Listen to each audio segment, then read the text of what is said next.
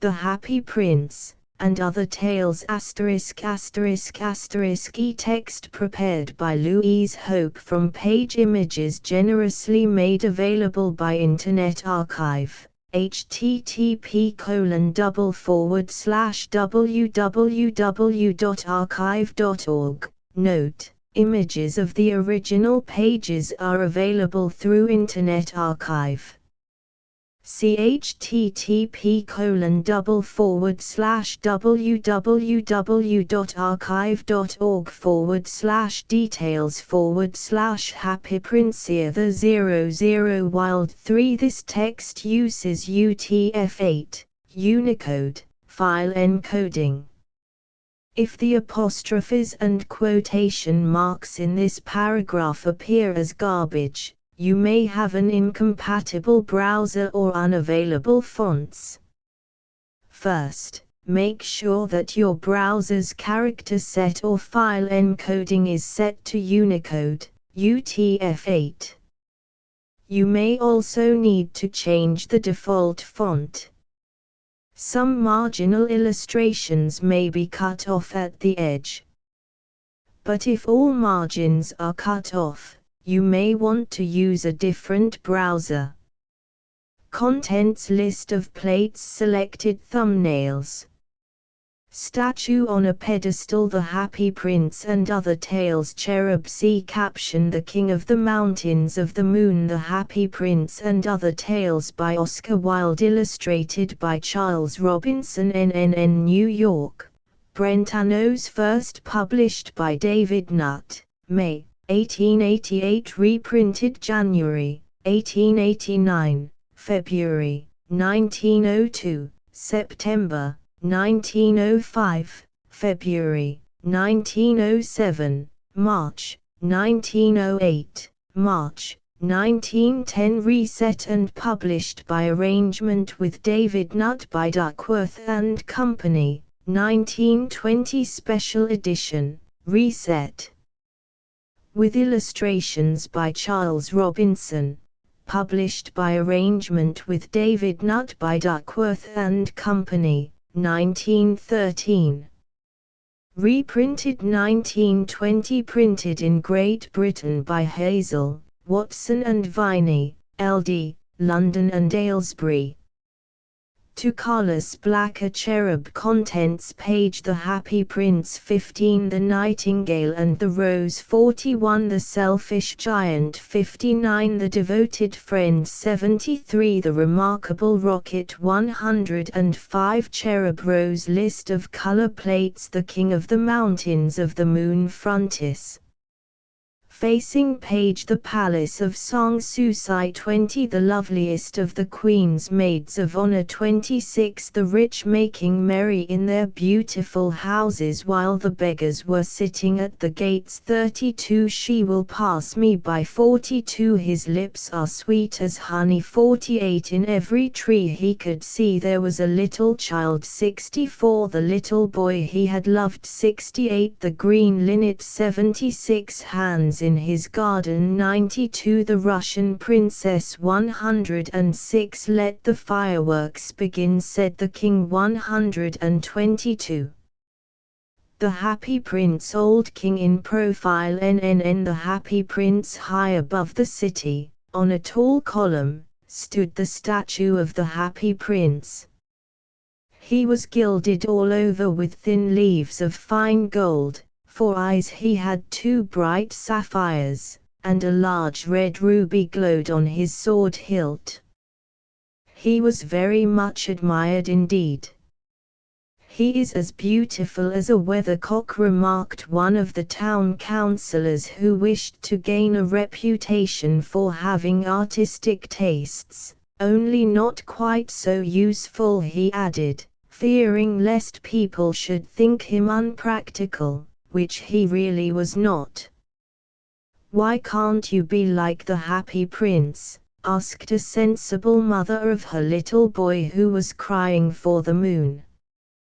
The Happy Prince never dreams of crying for anything. I am glad there is someone in the world who is quite happy, muttered a disappointed man as he gazed at the wonderful statue. Decoration, he looks just like an angel, said the charity children as they came out of the cathedral in their bright scarlet cloaks and their clean white pinafores. How do you know, said the mathematical master, you have never seen one? Ah, but we have, in our dreams, answered the children, and the mathematical master frowned and looked very severe, for he did not approve of children dreaming. One night there flew over the city a little swallow. His friends had gone away to Egypt 6 weeks before, but he had stayed behind, for he was in love with the most beautiful reed. He had met her early in the spring as he was flying down the river after a big yellow moth, and had been so attracted by her slender waist that he had stopped to talk to her. Decoration, shall I love you, said the swallow, who liked to come to the point at once, and the reed made him a low bow. So he flew round and round her, touching the water with his wings, and making silver ripples. This was his courtship, and it lasted all through the summer. It is a ridiculous attachment, twittered the other swallows. She has no money, and far too many relations, and indeed the river was quite full of reeds. Then, when the autumn came, they all flew away. After they had gone, he felt lonely, and began to tire of his lady-love. She has no conversation, he said, and I am afraid that she is a coquette, for she is always flirting with the wind. And certainly, whenever the wind blew, the reed made the most graceful curtsies. I admit that she is domestic, he continued, but I love traveling, and my wife, consequently, should love traveling also. Will you come away with me, he said finally to her, but the reed shook her head, she was so attached to her home. You have been trifling with me, he cried. I am off to the pyramids. Goodbye, and he flew away. All day long he flew, and at night time he arrived at the city. Where shall I put up, he said, I hope the town has made preparations. Decoration. Then he saw the statue on the tall column. I will put up there, he cried, it is a fine position, with plenty of fresh air. So he alighted just between the feet of the happy prince. I have a golden bedroom, he said softly to himself as he looked round, and he prepared to go to sleep, but just as he was putting his head under his wing, a large drop of water fell on him. What a curious thing, he cried, there is not a single cloud in the sky. The stars are quite clear and bright, and yet it is raining. The climate in the north of Europe is really dreadful. The reed used to like the rain, but that was merely her selfishness. Then another drop fell.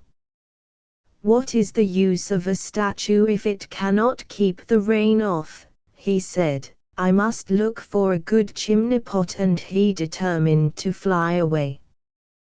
But before he had opened his wings, a third drop fell, and he looked up, and saw, what did he see? The eyes of the happy prince were filled with tears, and tears were running down his golden cheeks. His face was so beautiful in the moonlight that the little swallow was filled with pity. Who are you? He said. I am the happy prince. Why are you weeping then? Asked the swallow. You have quite drenched me. See caption: the palace of Song Susai. When I was alive and had a human heart, answered the statue, I did not know what tears were, for I lived in the palace of Song Susai, where sorrow is not allowed to enter. In the daytime I played with my companions in the garden, and in the evening I led the dance in the great hall. Round the garden ran a very lofty wall, but I never cared to ask what lay beyond it. Everything about me was so beautiful. My courtiers called me the happy prince, and happy indeed I was, if pleasure be happiness. So I lived, and so I died. And now that I am dead, they have set me up here so high that I can see all the ugliness and all the misery of my city, and though my heart is made of lead, yet I cannot choose but weep. What, is he not solid gold? Said the swallow to himself. He was too polite to make any personal remarks out loud. Far away, continued the statue in a low musical voice, far away in a little street there is a poor house. One of the windows is open, and through it I can see a woman seated at a table. Her face is thin and worn, and she has coarse, red hands, all pricked by the needle, for she is a seamstress. She is embroidering passion flowers on a satin gown for the loveliest of the Queen's maids of honor to wear at the next court ball. In a bed in the corner of the room her little boy is lying ill. He has a fever, and is asking for oranges. His mother has nothing to give him but river water, so he is crying. Swallow, swallow, little swallow, will you not bring her the ruby out of my sword hilt? My feet are fastened to this pedestal and I cannot move. Egypt, I am waited for in Egypt, said the swallow. My friends are flying up and down the Nile, and talking to the large lotus flowers. Soon they will go to sleep in the tomb of the great king. The king is there himself in his painted coffin. He is wrapped in yellow linen, and embalmed with spices. Round his neck is a chain of pale green jade, and his hands are like withered leaves. Swallow, swallow, little swallow, said the prince, will you not stay with me for one night, and be my messenger? The boy is so thirsty, and the mother so sad. I don't think I like boys, answered the swallow. Last summer, when I was staying on the river, there were two rude boys, the miller's sons, who were always throwing stones at me.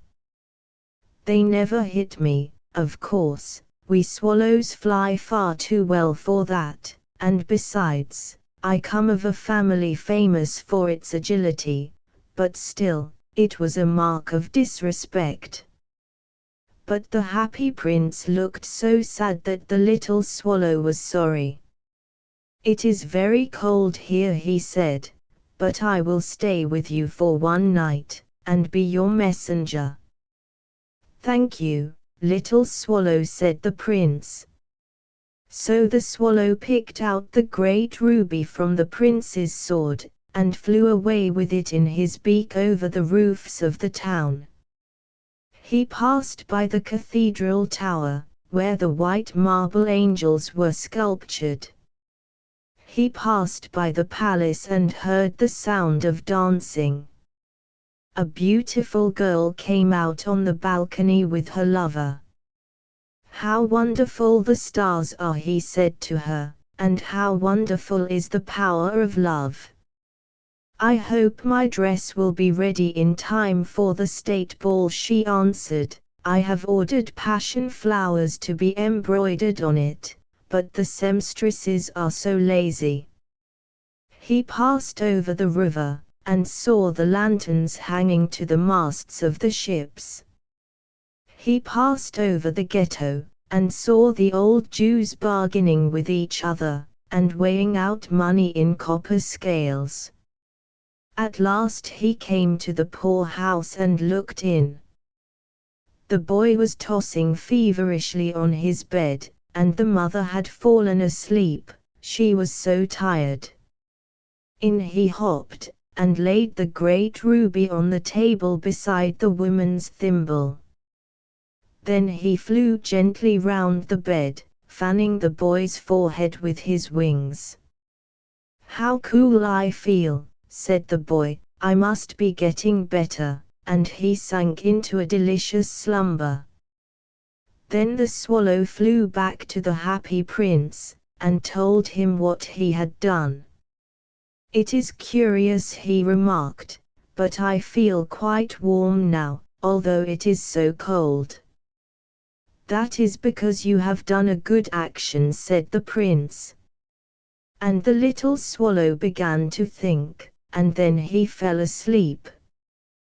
Thinking always made him sleepy. Student, when day broke he flew down to the river and had a bath. "What a remarkable phenomenon," said the professor of ornithology as he was passing over the bridge. "A swallow in winter." And he wrote a long letter about it to the local newspaper. Everyone quoted it. It was full of so many words that they could not understand. "Tonight I go to Egypt," said the swallow, and he was in high spirits at the prospect. He visited all the public monuments, and sat a long time on top of the church steeple. Wherever he went the sparrows chirruped, and said to each other, "What a distinguished stranger," so he enjoyed himself very much. When the moon rose he flew back to the happy prince. "Have you any commissions for Egypt?" he cried. "I am just starting." "Swallow, swallow, little swallow," said the prince, "will you not stay with me one night longer?" See caption: "The loveliest of the queen's maids of honor I am waited for in Egypt," answered the swallow. "Tomorrow my friends will fly up to the second cataract. The river horse couches there among the bulrushes, and on a great granite throne sits the god Memnon. All night long he watches the stars, and when the morning star shines he utters one cry of joy, and then he is silent. At noon the yellow lions come down to the water's edge to drink. They have eyes like green beryls, and their roar is louder than the roar of the cataract." "Swallow, swallow, little swallow," said the prince, "far away across the city I see a young man in a garret. He is leaning over a desk covered with papers, and in a tumbler by his side there is a bunch of withered violets. His hair is brown and crisp, and his lips are red as a pomegranate, and he has large and dreamy eyes. He is trying to finish a play for the director of the theater, but he is too cold to write any more. There is no fire in the grate, and hunger has made him faint. I will wait with you one night longer," said the swallow, who really had a good heart. "Shall I take him another ruby?" "Alas! I have no ruby now," said the prince, "my eyes are all that I have left. They are made of rare sapphires, which were brought out of India 1,000 years ago. Pluck out one of them and take it to him. He will sell it to the jeweler, and buy food and firewood, and finish his play." "Dear prince," said the swallow, "I cannot do that," and he began to weep. "Swallow, swallow, little swallow," said the prince, "do as I command you. So the swallow plucked out the prince's eye, and flew away to the student's garret. It was easy enough to get in, as there was a hole in the roof. Through this he darted, and came into the room. The young man had his head buried in his hands, so he did not hear the flutter of the bird's wings, and when he looked up he found the beautiful sapphire lying on the withered violets. "Crow's nest, I am beginning to be appreciated," he cried. "This is from some great admirer. Now I can finish my play," and he looked quite happy. The next day the swallow flew down to the harbor. He sat on the mast of a large vessel and watched the sailors hauling big chests out of the hold with ropes. "Heave ahoy!" they shouted as each chest came up. "I am going to Egypt," cried the swallow, but nobody minded, and when the moon rose he flew back to the happy prince. "I am come to bid you goodbye," he cried. "Swallow, swallow, little swallow," said the prince, "will you not stay with me one night longer?" "It is winter," answered the swallow, "and the chill snow will soon be here. In Egypt the sun is warm on the green palm trees, and the crocodiles lie in the mud and look lazily about them. My companions are building a nest in the temple of Baalbek, and the pink and white doves are watching them, and cooing to each other. Dear prince, I must leave you, but I will never forget you, and next spring I will bring you back 2 beautiful jewels in place of those you have given away. The ruby shall be redder than a red rose, and the sapphire shall be as blue as the great sea." "Match girl in the square below," said the happy prince. "There stands a little match girl. She has let her matches fall in the gutter, and they are all spoiled. Her father will beat her if she does not bring home some money, and she is crying. She has no shoes or stockings, and her little head is bare. Pluck out my other eye and give it to her, and her father will not beat her." "I will stay with you one night longer," said the swallow, "but I cannot pluck out your eye. You would be quite blind then." "Swallow, swallow, little swallow," said the prince, "do as I command you." So he plucked out the prince's other eye, and darted down with it. He swooped past the match girl, and slipped the jewel into the palm of her hand. "What a lovely bit of glass!" cried the little girl, and she ran home, laughing. Then the swallow came back to the prince. "You are blind now," he said, "so I will stay with you always." "No, little swallow," said the poor prince, "you must go away to Egypt." "I will stay with you always," said the swallow, and he slept at the prince's feet. All the next day he sat on the prince's shoulder, and told him stories of what he had seen in strange lands. He told him of the red ibises, who stand in long rows on the banks of the Nile, and catch goldfish in their beaks, of the Sphinx, who is as old as the world itself, and lives in the desert, and knows everything, of the merchants, who walk slowly by the side of their camels and carry amber beads in their hands, of the king of the mountains of the moon, who is as black as ebony, and worships a large crystal, of the great green snake that sleeps in a palm tree, and has 20 priests to feed it with honey cakes, and of the pygmies who sail over a big lake on large flat leaves, and are always at war with the butterflies. "Dear little swallow," said the prince, "you tell me of marvelous things, but more marvelous than anything is the suffering of men and of women. There is no mystery so great as misery. Fly over my city, little swallow, and tell me what you see there. See caption: the rich making merry in their beautiful houses, while the beggars were sitting at the gates. So the swallow flew over the great city, and saw the rich making merry in their beautiful houses, while the beggars were sitting at the gates.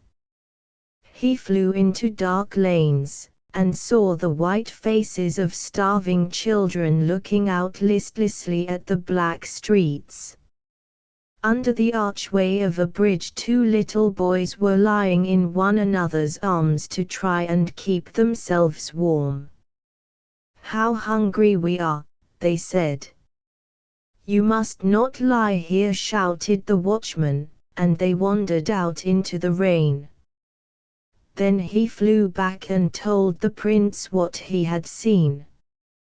"I am covered with fine gold," said the prince. "You must take it off, leaf by leaf, and give it to my poor. The living always think that gold can make them happy." Leaf after leaf of the fine gold the swallow picked off, till the happy prince looked quite dull and grey. Leaf after leaf of the fine gold he brought to the poor, and the children's faces grew rosier, and they laughed and played games in the street. "We have bread now," they cried. Then the snow came, and after the snow came the frost.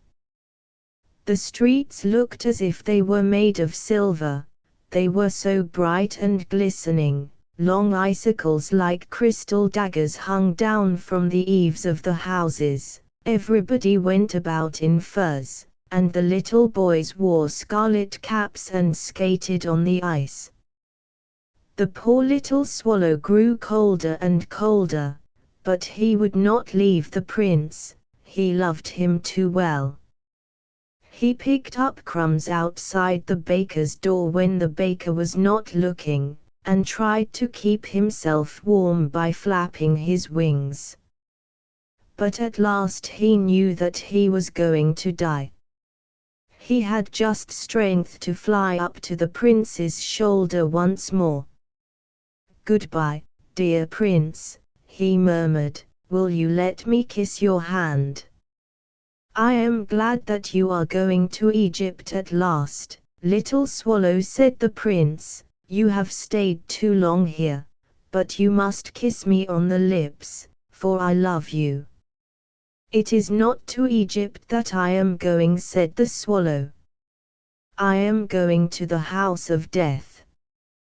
"Death is the brother of sleep, is he not, Prince and Sparrow?" And he kissed the happy prince on the lips, and fell down dead at his feet.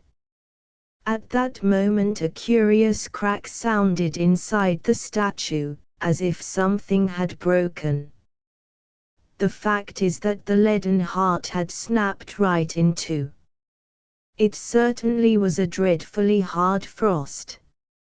Early the next morning the mayor was walking in the square below in company with the town councillors. As they passed the column he looked up at the statue. "Dear me, how shabby the happy prince looks," he said. "How shabby, indeed," cried the town councillors, who always agreed with the mayor, and they went up to look at it. "The ruby has fallen out of his sword, his eyes are gone, and he is golden no longer," said the mayor. "In fact, he is little better than a beggar." "Little better than a beggar," said the town councillors. "And here is actually a dead bird at his feet," continued the mayor. "We must really issue a proclamation that birds are not to be allowed to die here." And the town clerk made a note of the suggestion. So they pulled down the statue of the happy prince. "As he is no longer beautiful, he is no longer useful," said the art professor at the university. Then they melted the statue in a furnace, and the mayor held a meeting of the corporation to decide what was to be done with the metal. "We must have another statue, of course," he said, "and it shall be a statue of myself." "Of myself," said each of the town councillors, and they quarreled. When I last heard of them they were quarreling still. "What a strange thing," said the overseer of the workmen at the foundry. "This broken lead heart will not melt in the furnace. We must throw it away." So they threw it on a dust heap where the dead swallow was also lying. "The corporation bring me the two most precious things in the city," said God to one of his angels, and the angel brought him the leaden heart and the dead bird.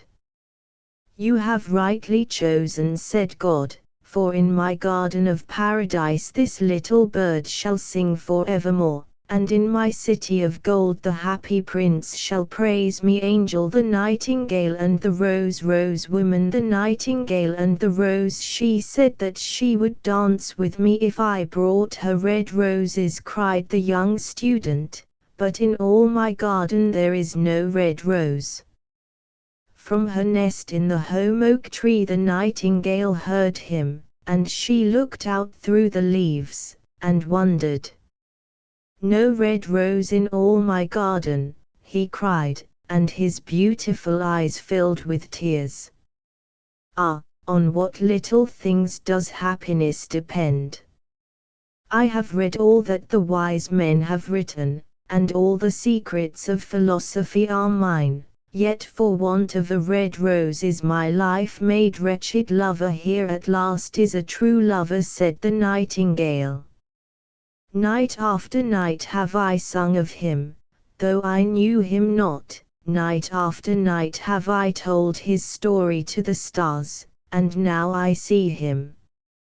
His hair is dark as the hyacinth blossom, and his lips are red as the rose of his desire, but passion has made his face like pale ivory, and sorrow has set her seal upon his brow." "The prince gives a ball tomorrow night," murmured the young student, "and my love will be of the company. If I bring her a red rose she will dance with me till dawn. If I bring her a red rose, I shall hold her in my arms, and she will lean her head upon my shoulder, and her hand will be clasped in mine. But there is no red rose in my garden, so I shall sit lonely, and she will pass me by. She will have no heed of me, and my heart will break." See caption: "She will pass me by." Here indeed is the true lover, said the nightingale. "What I sing of, he suffers; what is joy to me, to him is pain. Surely love is a wonderful thing. It is more precious than emeralds, and dearer than fine opals. Pearls and pomegranates cannot buy it, nor is it set forth in the marketplace. It may not be purchased of the merchants, nor can it be weighed out in the balance for gold.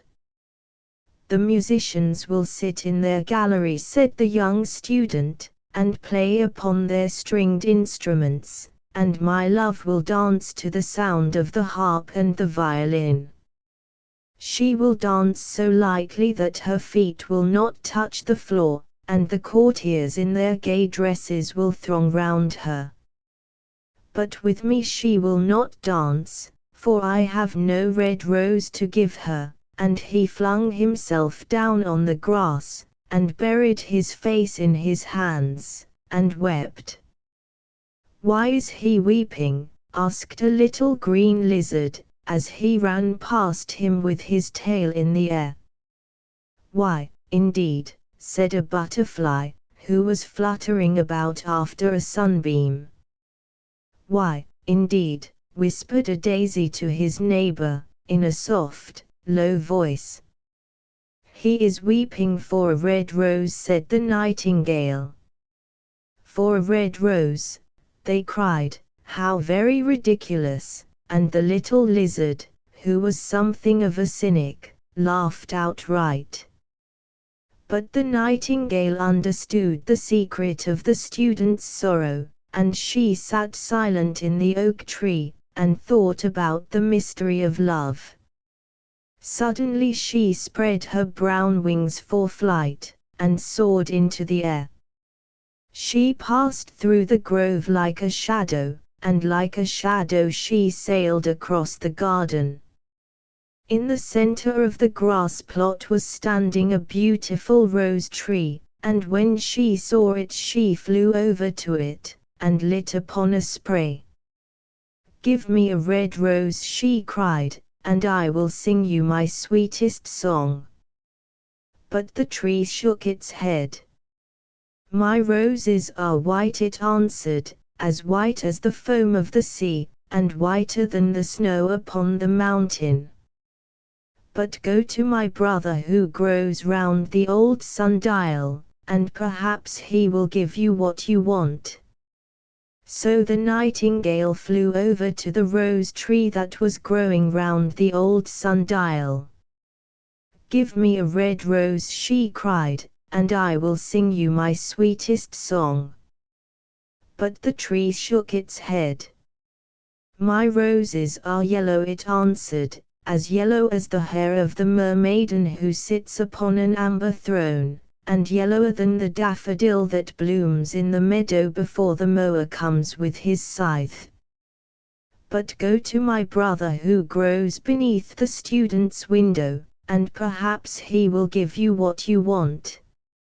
So the nightingale flew over to the rose tree that was growing beneath the student's window. "Give me a red rose," she cried, "and I will sing you my sweetest song." But the tree shook its head. "My roses are red," it answered, "as red as the feet of the dove, and redder than the great fans of coral that wave and wave in the ocean cavern. But the winter has chilled my veins, and the frost has nipped my buds, and the storm has broken my branches, and I shall have no roses at all this year." "One red rose is all I want," cried the nightingale, "only one red rose. Is there no way by which I can get it?" "There is a way," answered the tree, "but it is so terrible that I dare not tell it to you." "Tell it to me," said the nightingale, "I am not afraid." "If you want a red rose," said the tree, "you must build it out of music by moonlight, and stain it with your own heart's blood. You must sing to me with your breast against a thorn. All night long you must sing to me, and the thorn must pierce your heart, and your life blood must flow into my veins, and become mine." "Death is a great price to pay for a red rose," cried the nightingale, "and life is very dear to all. It is pleasant to sit in the green wood, and to watch the sun in his chariot of gold, and the moon in her chariot of pearl. Sweet is the scent of the hawthorn, and sweet are the bluebells that hide in the valley, and the heather that blows on the hill. Yet love is better than life, and what is the heart of a bird compared to the heart of a man? Decoration." So she spread her brown wings for flight, and soared into the air. She swept over the garden like a shadow, and like a shadow she sailed through the grove. The young student was still lying on the grass, where she had left him, and the tears were not yet dry in his beautiful eyes. "Be happy," cried the nightingale, "be happy, you shall have your red rose. I will build it out of music by moonlight, and stain it with my own heart's blood. All that I ask of you in return is that you will be a true lover, for love is wiser than philosophy, though he is wise, and mightier than power, though he is mighty." flame-colored are his wings, and colored like flame is his body.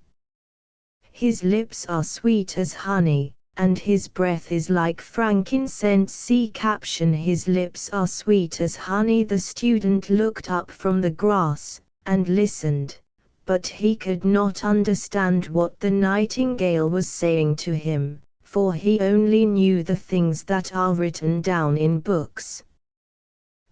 But the oak tree understood, and felt sad, for he was very fond of the little nightingale who had built her nest in his branches. "Sing me one last song," he whispered, "I shall feel very lonely when you are gone." So the nightingale sang to the oak tree, and her voice was like water bubbling from a silver jar. When she had finished her song, the student got up, and pulled a notebook and a lead pencil out of his pocket. "She has form," he said to himself, as he walked away through the grove, "that cannot be denied to her, but has she got feeling? I am afraid not. In fact, she is like most artists, she is all style without any sincerity. She would not sacrifice herself for others. She thinks merely of music, and everybody knows that the arts are selfish. Still, it must be admitted that she has some beautiful notes in her voice. What a pity it is that they do not mean anything, or do any practical good." And he went into his room, and lay down on his little pallet bed, and began to think of his love, and, after a time, he fell asleep. And when the moon shone in the heavens, the nightingale flew to the rose tree, and set her breast against the thorn. All night long she sang with her breast against the thorn, and the cold crystal moon leaned down and listened. All night long she sang, and the thorn went deeper and deeper into her breast, and her life blood ebbed away from her. She sang first of the birth of love in the heart of a boy and a girl. And on the topmost spray of the rose tree there blossomed a marvelous rose, petal following petal, as song followed song. Pale was it, at first, as the mist that hangs over the river, pale as the feet of the morning, and silver as the wings of the dawn. As the shadow of a rose in a mirror of silver, as the shadow of a rose in a water pool, so was the rose that blossomed on the topmost spray of the tree. Rose, but the tree cried to the nightingale to press closer against the thorn. "Press closer, little nightingale," cried the tree, "or the day will come before the rose is finished." So the nightingale pressed closer against the thorn, and louder grew her song, for she sang of the birth of passion in the soul of a man and a maid. And a delicate flush of pink came into the leaves of the rose, like the flush in the face of the bridegroom when he kisses the lips of the bride. But the thorn had not yet reached her heart, so the rose's heart remained white, for only a nightingale's heart's blood can crimson the heart of a rose. And the tree cried to the nightingale to press closer against the thorn. "Press closer, little nightingale," cried the tree, "or the day will come before the rose is finished." Sunrise. So the nightingale pressed closer against the thorn, and the thorn touched her heart, and a fierce pang of pain shot through her. Bitter, bitter was the pain, and wilder grew her song, for she sang of the love that is perfected by death, of the love that dies not in the tomb. And the marvelous rose became crimson, like the rose of the eastern sky. Crimson was the girdle of petals, and crimson as a ruby was the heart. But the nightingale's voice grew fainter, and her little wings began to beat, and a film came over her eyes. Fainter and fainter grew her song, and she felt something choking her in her throat. Then she gave one last burst of music. The white moon heard it, and she forgot the dawn, and lingered on in the sky. The red rose heard it, and it trembled all over with ecstasy, and opened its petals to the cold morning air. Echo bore it to her purple cavern in the hills, and woke the sleeping shepherds from their dreams.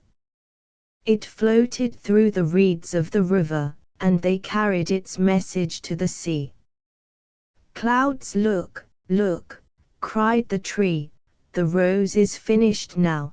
But the nightingale made no answer, for she was lying dead in the long grass, with the thorn in her heart. And at noon the student opened his window and looked out. "Why, what a wonderful piece of luck," he cried, "here is a red rose. I have never seen any rose like it in all my life. It is so beautiful that I am sure it has a long Latin name," and he leaned down and plucked it. Then he put on his hat, and ran up to the professor's house with the rose in his hand. The daughter of the professor was sitting in the doorway winding blue silk on a reel, and her little dog was lying at her feet. "The student, you said that you would dance with me if I brought you a red rose," cried the student. "Here is the reddest rose in all the world. You will wear it tonight next your heart, and as we dance together it will tell you how I love you." But the girl frowned. "I am afraid it will not go with my dress," she answered, "and, besides, the Chamberlain's nephew has sent me some real jewels, and everybody knows that jewels cost far more than flowers." "Well, upon my word, you are very ungrateful," said the student angrily, and he threw the rose into the street, where it fell into the gutter, and a cartwheel went over it. "Ungrateful," said the girl. "I tell you what, you are very rude, and, after all, who are you? Only a student. Why, I don't believe you have even got silver buckles to your shoes as the Chamberlain's nephew has," and she got up from her chair and went into the house. "Shoo, what a silly thing love is," said the student as he walked away. "It is not half as useful as logic, for it does not prove anything, and it is always telling one of things that are not going to happen, and making one believe things that are not true. In fact, it is quite unpractical, and, as in this age to be practical is everything, I shall go back to philosophy and study metaphysics." So he returned to his room and pulled out a great dusty book, and began to read. Book The Selfish Giant. Cherub Merchant. The selfish giant. Every afternoon, as they were coming from school, the children used to go and play in the giant's garden. It was a large, lovely garden, with soft green grass.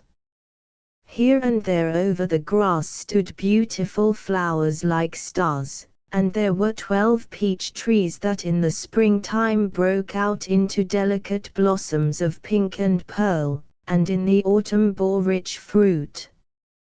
The birds sat on the trees and sang so sweetly that the children used to stop their games in order to listen to them.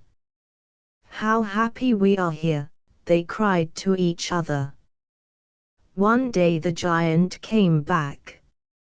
He had been to visit his friend the Cornish ogre, and had stayed with him for 7 years. After the 7 years were over, he had said all that he had to say, for his conversation was limited, and he determined to return to his own castle. When he arrived, he saw the children playing in the garden. "What are you doing here?" he cried in a very gruff voice, and the children ran away. "My own garden is my own garden," said the giant. "Anyone can understand that, and I will allow nobody to play in it but myself." So he built a high wall all round it, and put up a notice board. "Trespassers will be prosecuted." He was a very selfish giant. The poor children had now nowhere to play. They tried to play on the road, but the road was very dusty and full of hard stones, and they did not like it. They used to wander round the high wall when their lessons were over, and talk about the beautiful garden inside. "How happy we were there," they said to each other.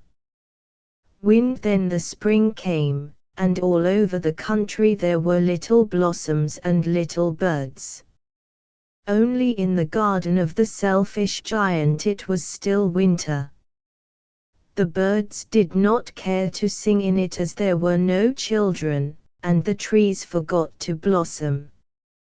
Once a beautiful flower put its head out from the grass, but when it saw the notice board it was so sorry for the children that it slipped back into the ground again, and went off to sleep. The only people who were pleased were the snow and the frost. "Spring has forgotten this garden," they cried, "so we will live here all the year round." The snow covered up the grass with her great white cloak, and the frost painted all the trees silver. Then they invited the north wind to stay with them, and he came. He was wrapped in furs, and he roared all day about the garden, and blew the chimney pots down. "This is a delightful spot," he said. "We must ask the hail on a visit." So the hail came. Every day for 3 hours he rattled on the roof of the castle till he broke most of the slates, and then he ran round and round the garden as fast as he could go. He was dressed in grey, and his breath was like ice. "I cannot understand why the spring is so late in coming," said the selfish giant, as he sat at the window and looked out at his cold white garden. "I hope there will be a change in the weather castle," but the spring never came, nor the summer. The autumn gave golden fruit to every garden, but to the giant's garden she gave none. "He is too selfish," she said. So it was always winter there, and the north wind and the hail, and the frost, and the snow danced about through the trees. One morning the giant was lying awake in bed when he heard some lovely music. It sounded so sweet to his ears that he thought it must be the king's musicians passing by. It was really only a little linnet singing outside his window, but it was so long since he had heard a bird sing in his garden that it seemed to him to be the most beautiful music in the world. Then the hail stopped dancing over his head, and the north wind ceased roaring, and a delicious perfume came to him through the open casement. "I believe the spring has come at last," said the giant, and he jumped out of bed and looked out. What did he see? He saw a most wonderful sight. Through a little hole in the wall the children had crept in, and they were sitting in the branches of the trees. In every tree that he could see there was a little child. And the trees were so glad to have the children back again that they had covered themselves with blossoms, and were waving their arms gently above the children's heads. The birds were flying about and twittering with delight, and the flowers were looking up through the green grass and laughing. It was a lovely scene, only in one corner it was still winter. It was the farthest corner of the garden, and in it was standing a little boy. See caption: in every tree he could see there was a little child. He was so small that he could not reach up to the branches of the tree, and he was wandering all round it, crying bitterly. The poor tree was still quite covered with frost and snow, and the north wind was blowing and roaring above it. "Climb up, little boy," said the tree, and it bent its branches down as low as it could, but the boy was too tiny. And the giant's heart melted as he looked out. "How selfish I have been," he said. "Now I know why the spring would not come here. I will put that poor little boy on the top of the tree, and then I will knock down the wall, and my garden shall be the children's playground forever and ever." He was really very sorry for what he had done. So he crept downstairs and opened the front door quite softly, and went out into the garden. But when the children saw him they were so frightened that they all ran away, and the garden became winter again. Only the little boy did not run, for his eyes were so full of tears that he did not see the giant coming. And the giant stole up behind him and took him gently in his hand, and put him up into the tree. And the tree broke at once into blossom, and the birds came and sang on it, and the little boy stretched out his 2 arms and flung them round the giant's neck, and kissed him. And the other children, when they saw that the giant was not wicked any longer, came running back, and with them came the spring. "It is your garden now, little children," said the giant, and he took a great axe and knocked down the wall. And when the people were going to market at 12 o'clock they found the giant playing with the children in the most beautiful garden they had ever seen.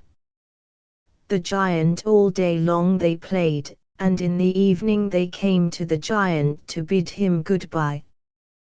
"But where is your little companion?" he said, "the boy I put into the tree." The giant loved him the best because he had kissed him. "We don't know," answered the children, "he has gone away." "You must tell him to be sure and come here tomorrow," said the giant. But the children said that they did not know where he lived, and had never seen him before, and the giant felt very sad. Poppy every afternoon, when school was over, the children came and played with the giant. But the little boy whom the giant loved was never seen again.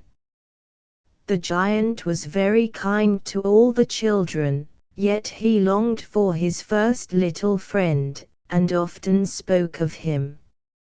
"How I would like to see him," he used to say. Years went over, and the giant grew very old and feeble.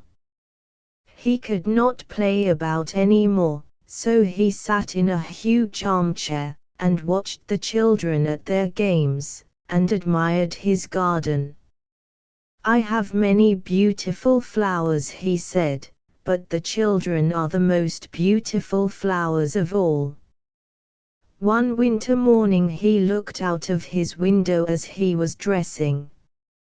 He did not hate the winter now, for he knew that it was merely the spring asleep, and that the flowers were resting. Suddenly he rubbed his eyes in wonder and looked and looked. It certainly was a marvelous sight. In the farthest corner of the garden was a tree quite covered with lovely white blossoms. Its branches were all golden, and silver fruit hung down from them, and underneath it stood the little boy he had loved.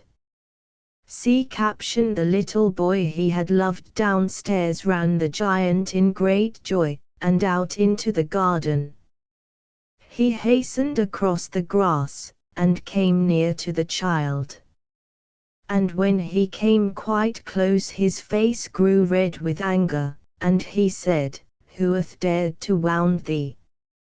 For on the palms of the child's hands were the prints of 2 nails, and the prints of 2 nails were on the little feet. "Who hath dared to wound thee?" cried the giant. "Tell me, that I might take my big sword and slay him." "Nay," answered the child, "but these are the wounds of love." "Who art thou?" said the giant, and a strange awe fell on him, and he knelt before the little child. And the child smiled on the giant, and said to him, "You let me play once in your garden, today you shall come with me to my garden, which is paradise." And when the children ran in that afternoon, they found the giant lying dead under the tree, all covered with white blossoms. Flowering twig the devoted friend, man in hat contented man the devoted friend. One morning the old water rat put his head out of his hole. He had bright beady eyes and stiff grey whiskers, and his tail was like a long bit of black India rubber. The little ducks were swimming about in the pond, looking just like a lot of yellow canaries, and their mother, who was pure white with real red legs, was trying to teach them how to stand on their heads in the water. "You will never be in the best society unless you can stand on your heads," she kept saying to them, and every now and then she showed them how it was done. But the little ducks paid no attention to her. They were so young that they did not know what an advantage it is to be in society at all. "What disobedient children!" cried the old water rat. "They really deserve to be drowned." "Nothing of the kind," answered the duck. "Every one must make a beginning, and parents cannot be too patient." "Ah, I know nothing about the feelings of parents," said the water rat. "I am not a family man. In fact, I have never been married, and I never intend to be. Love is all very well in its way, but friendship is much higher. Indeed, I know of nothing in the world that is either nobler or rarer than a devoted friendship." "And what, pray, is your idea of the duties of a devoted friend?" asked a green linnet, who was sitting in a willow tree hard by, and had overheard the conversation. "Yes, that is just what I want to know," said the duck, and she swam away to the end of the pond, and stood upon her head, in order to give her children a good example. "What a silly question!" cried the water rat. "I should expect my devoted friend to be devoted to me, of course."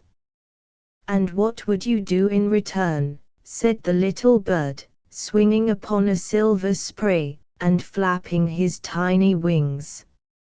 "I don't understand you," answered the water rat. "Let me tell you a story on the subject," said the linnet. "Is the story about me?" asked the water rat. "If so, I will listen to it, for I am extremely fond of fiction." "It is applicable to you," answered the linnet, and he flew down, and alighting upon the bank, he told the story of the devoted friend. "Once upon a time," said the linnet, "there was an honest little fellow named Hans." "Was he very distinguished?" asked the water rat. "No," answered the linnet, I don't think he was distinguished at all, except for his kind heart, and his funny round good-humored face. He lived in a tiny cottage all by himself, and every day he worked in his garden. In all the countryside there was no garden so lovely as his. Sweet William grew there, and gilliflowers, and shepherd's purses, and fair maids of France. There were damask roses, and yellow roses, lilac crocuses and gold, purple violets and white.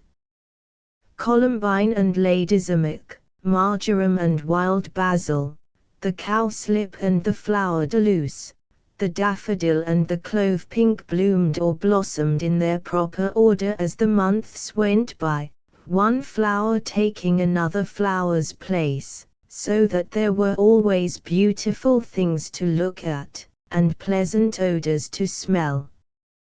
See caption. The green linnet little Hans had a great many friends, but the most devoted friend of all was Big Hugh the miller.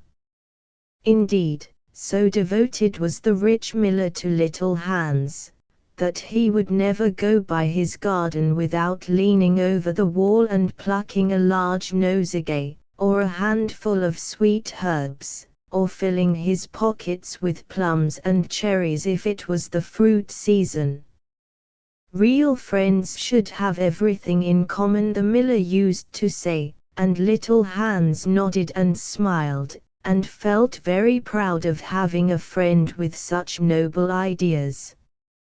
Sometimes, indeed, the neighbors thought it strange that the rich miller never gave little Hans anything in return, though he had 100 sacks of flour stored away in his mill, and 6 milch cows, and a large flock of woolly sheep, but Hans never troubled his head about these things, and nothing gave him greater pleasure than to listen to all the wonderful things the miller used to say about the unselfishness of true friendship. So little Hans worked away in his garden. During the spring, the summer, and the autumn he was very happy, but when the winter came, and he had no fruit or flowers to bring to the market, he suffered a good deal from cold and hunger, and often had to go to bed without any supper but a few dried pears or some hard nuts.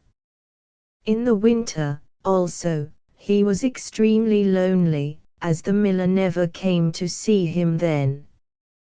There is no good in my going to see little Hans as long as the snow lasts, the miller used to say to his wife, for when people are in trouble they should be left alone and not be bothered by visitors.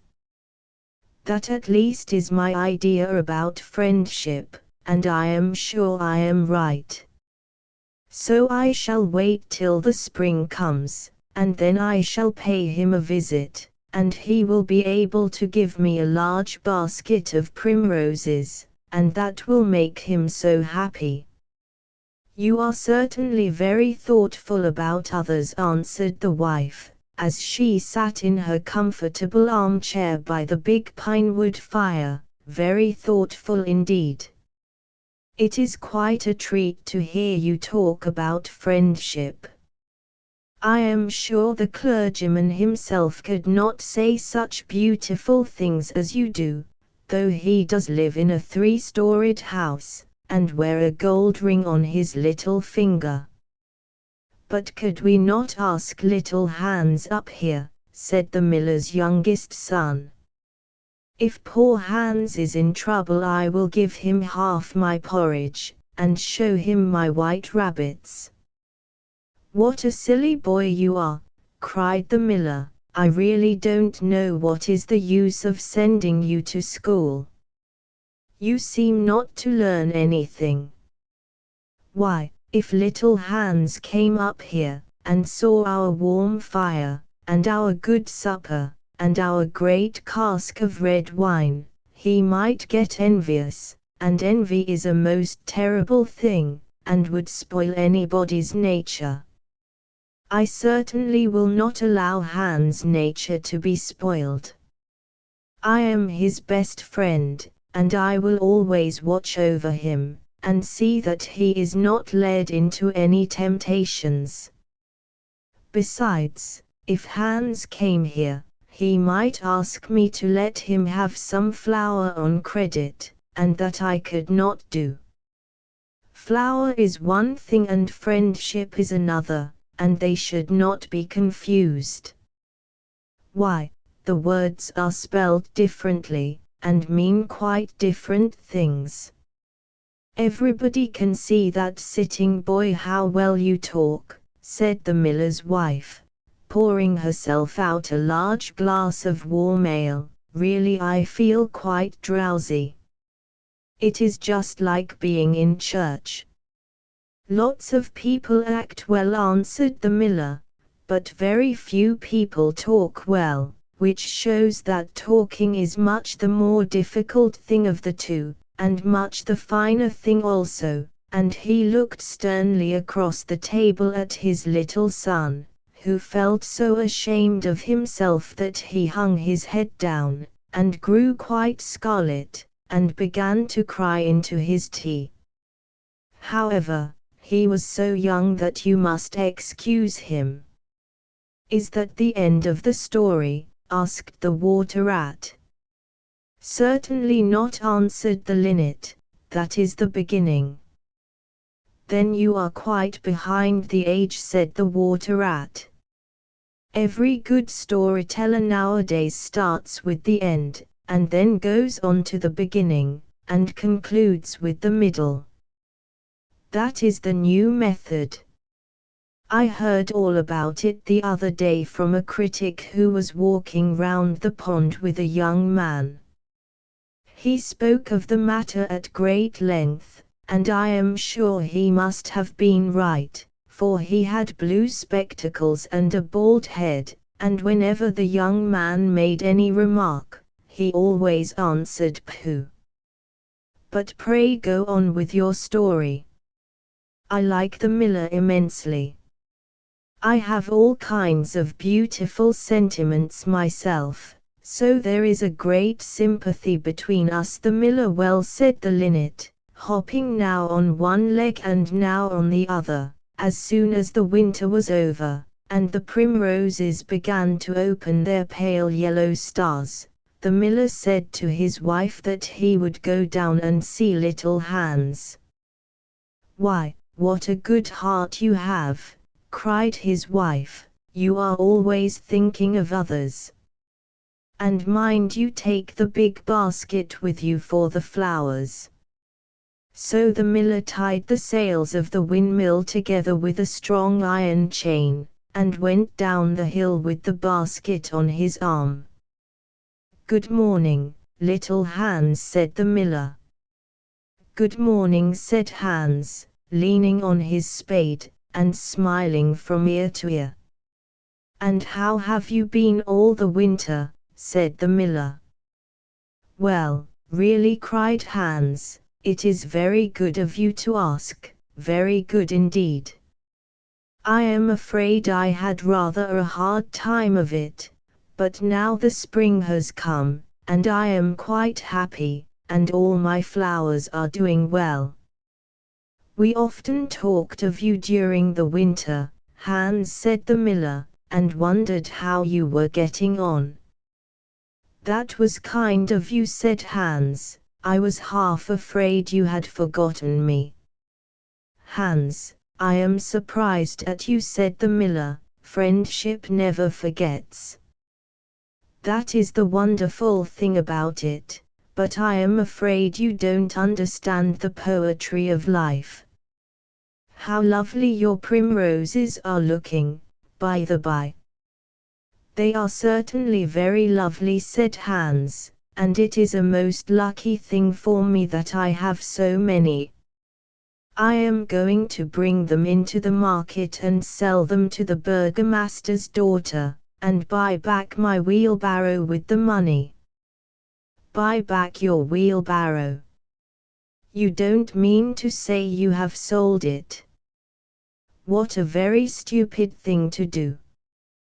Well, the fact is, said Hans, that I was obliged to. You see, the winter was a very bad time for me, and I really had no money at all to buy bread with. So I first sold the silver buttons off my Sunday coat, and then I sold my silver chain, and then I sold my big pipe, and at last I sold my wheelbarrow. But I am going to buy them all back again now. Hans, said the miller, I will give you my wheelbarrow.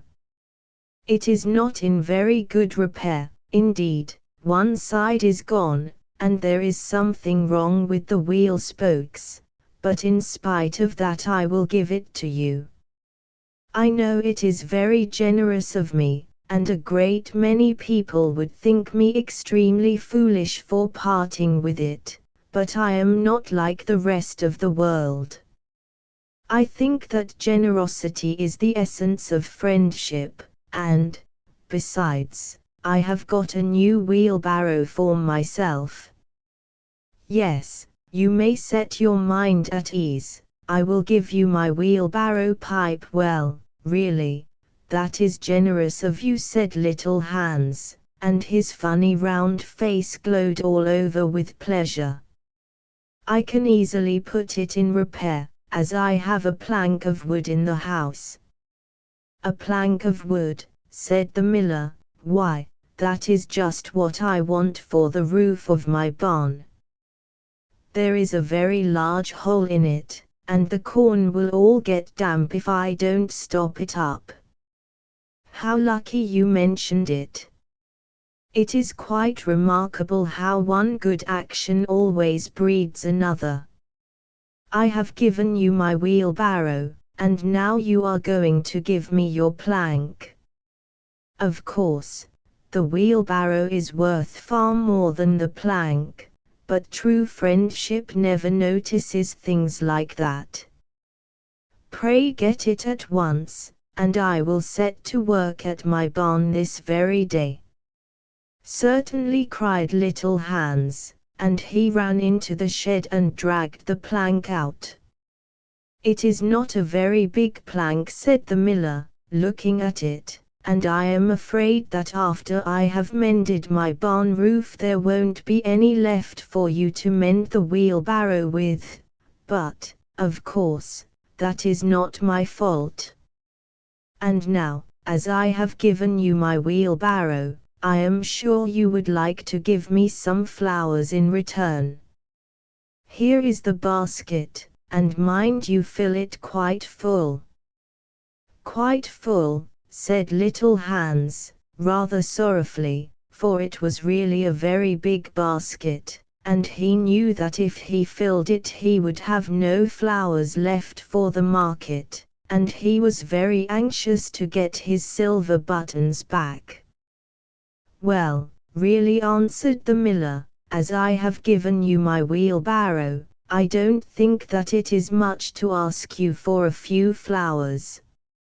I may be wrong, but I should have thought that friendship, true friendship, was quite free from selfishness of any kind.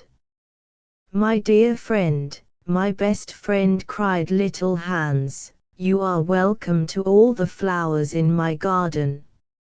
I would much sooner have your good opinion than my silver buttons, any day, and he ran and plucked all his pretty primroses, and filled the miller's basket.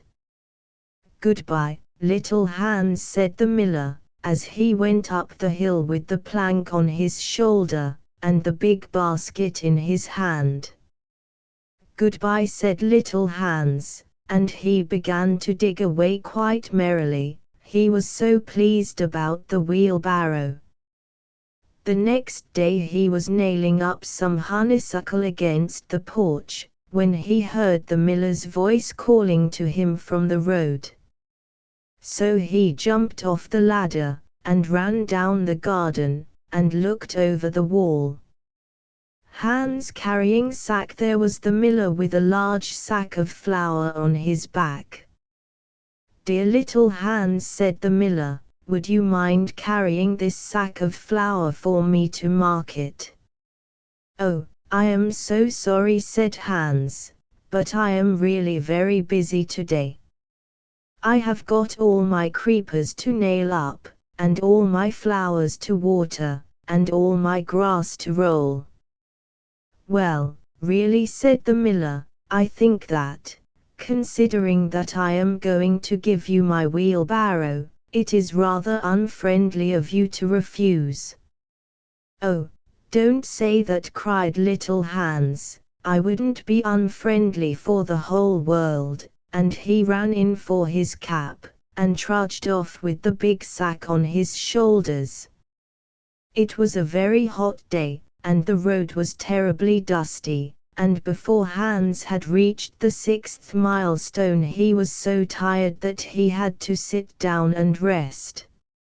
However, he went on bravely, and at last he reached the market. After he had waited there some time, he sold the sack of flour for a very good price, and then he returned home at once, for he was afraid that if he stopped too late he might meet some robbers on the way. "It has certainly been a hard day," said little Hans to himself as he was going to bed, "but I am glad I did not refuse the miller, for he is my best friend, and, besides, he is going to give me his wheelbarrow." Early the next morning the miller came down to get the money for his sack of flour, but little Hans was so tired that he was still in bed. "Upon my word," said the miller, "you are very lazy. Really, considering that I am going to give you my wheelbarrow, I think you might work harder. Idleness is a great sin, and I certainly don't like any of my friends to be idle or sluggish. You must not mind my speaking quite plainly to you. Of course I should not dream of doing so if I were not your friend. But what is the good of friendship if one cannot say exactly what one means? Anybody can say charming things and try to please and to flatter, but a true friend always says unpleasant things, and does not mind giving pain. Indeed, if he is a really true friend he prefers it, for he knows that then he is doing good." "Hans, I am very sorry," said little Hans, rubbing his eyes and pulling off his nightcap, "but I was so tired that I thought I would lie in bed for a little time, and listen to the birds singing. Do you know that I always work better after hearing the birds sing?" "Well, I am glad of that," said the miller, clapping little Hans on the back, "for I want you to come up to the mill as soon as you are dressed and mend my barn roof for me." Poor little Hans was very anxious to go and work in his garden, for his flowers had not been watered for 2 days, but he did not like to refuse the miller as he was such a good friend to him. "Do you think it would be unfriendly of me if I said I was busy?" he inquired in a shy and timid voice. "Well, really," answered the miller, "I do not think it is much to ask of you, considering that I am going to give you my wheelbarrow, but of course if you refuse I will go and do it myself." "Oh, on no account," cried little Hans, and he jumped out of bed, and dressed himself, and went up to the barn. He worked there all day long, till sunset, and at sunset the miller came to see how he was getting on. See caption Hans in his garden. "Have you mended the hole in the roof yet, little Hans?" cried the miller in a cheery voice. "It is quite mended," answered little Hans, coming down the ladder. "Ah," said the miller, "there is no work so delightful as the work one does for others. "It is certainly a great privilege to hear you talk," answered little Hans, sitting down and wiping his forehead, "a very great privilege. But I am afraid I shall never have such beautiful ideas as you have."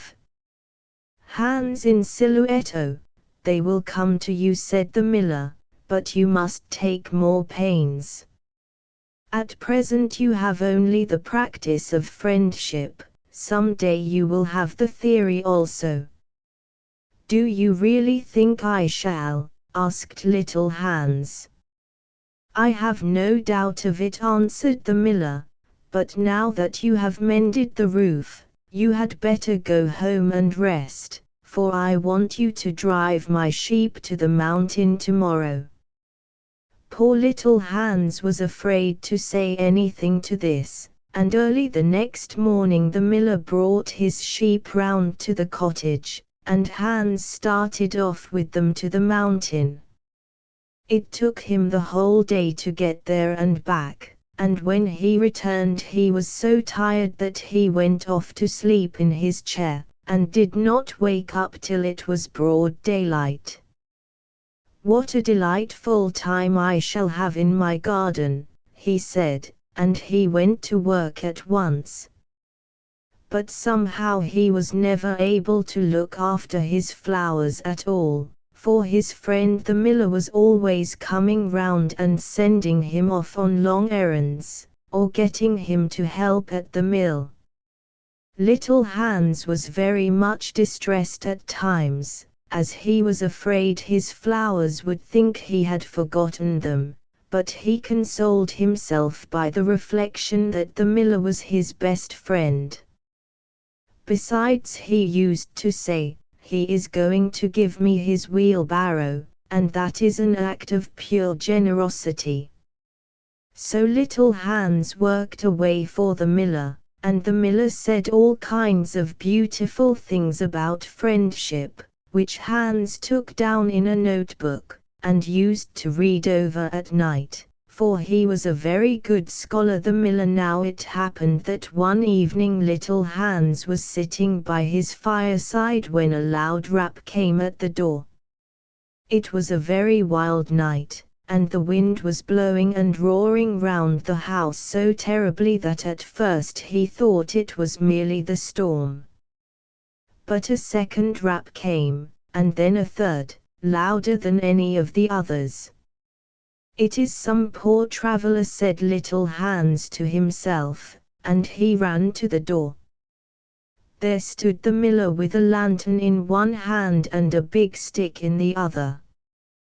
"Dear little Hans," cried the miller, "I am in great trouble. My little boy has fallen off a ladder and hurt himself, and I am going for the doctor. But he lives so far away, and it is such a bad night, that it has just occurred to me that it would be much better if you went instead of me. You know I am going to give you my wheelbarrow, and so it is only fair that you should do something for me in return." "Certainly," cried little Hans, "I take it quite as a compliment your coming to me, and I will start off at once. But you must lend me your lantern, as the night is so dark that I am afraid I might fall into the ditch." "I am very sorry," answered the miller, "but it is my new lantern and it would be a great loss to me if anything happened to it." "Well, never mind, I will do without it," cried little Hans, and he took down his great fur coat, and his warm scarlet cap, and tied a muffler round his throat, and started off. What a dreadful storm it was! The night was so black that little Hans could hardly see, and the wind was so strong that he could scarcely stand. However, he was very courageous, and after he had been walking about 3 hours, he arrived at the doctor's house, and knocked at the door. "Who is there?" cried the doctor, putting his head out of his bedroom window. Little Hans, doctor. What do you want, Little Hans? The miller's son has fallen from a ladder, and has hurt himself, and the miller wants you to come at once. All right, said the doctor, and he ordered his horse, and his big boots, and his lantern, and came downstairs, and rode off in the direction of the miller's house, Little Hans trudging behind him. But the storm grew worse and worse, and the rain fell in torrents, and Little Hans could not see where he was going, or keep up with the horse. At last he lost his way, and wandered off on the moor, which was a very dangerous place, as it was full of deep holes, and there poor Little Hans was drowned. His body was found the next day by some goatherds, floating in a great pool of water, and was brought back by them to the cottage. Everybody went to Little Hans' funeral, as he was so popular, and the miller was the chief mourner. As I was his best friend, said the miller, it is only fair that I should have the best place. So he walked at the head of the procession in a long black cloak, and every now and then he wiped his eyes with a big pocket handkerchief. Little Hans is certainly a great loss to everyone, said the blacksmith, when the funeral was over, and they were all seated comfortably in the inn, drinking spiced wine and eating sweet cakes. A great loss to me at any rate, answered the miller. Why, I had as good as given him my wheelbarrow, and now I really don't know what to do with it. It is very much in my way at home, and it is in such bad repair that I could not get anything for it if I sold it. I will certainly take care not to give away anything again. One always suffers for being generous. Well, said the water rat, after a long pause. Well, that is the end, said the linnet. But what became of the miller? Asked the water rat. Oh, I really don't know, replied the linnet, and I am sure that I don't care. It is quite evident then that you have no sympathy in your nature, said the water rat. I am afraid you don't quite see the moral of the story, remarked the linnet. The what? Screamed the water rat. The moral. Do you mean to say that the story has a moral? Certainly, said the linnet. Well, really, said the water rat, in a very angry manner, I think you should have told me that before you began. If you had done so, I certainly would not have listened to you. In fact, I should have said pooh like the critic. However, I can say it now. So he shouted out pooh at the top of his voice, gave a whisk with his tail, and went back into his hole.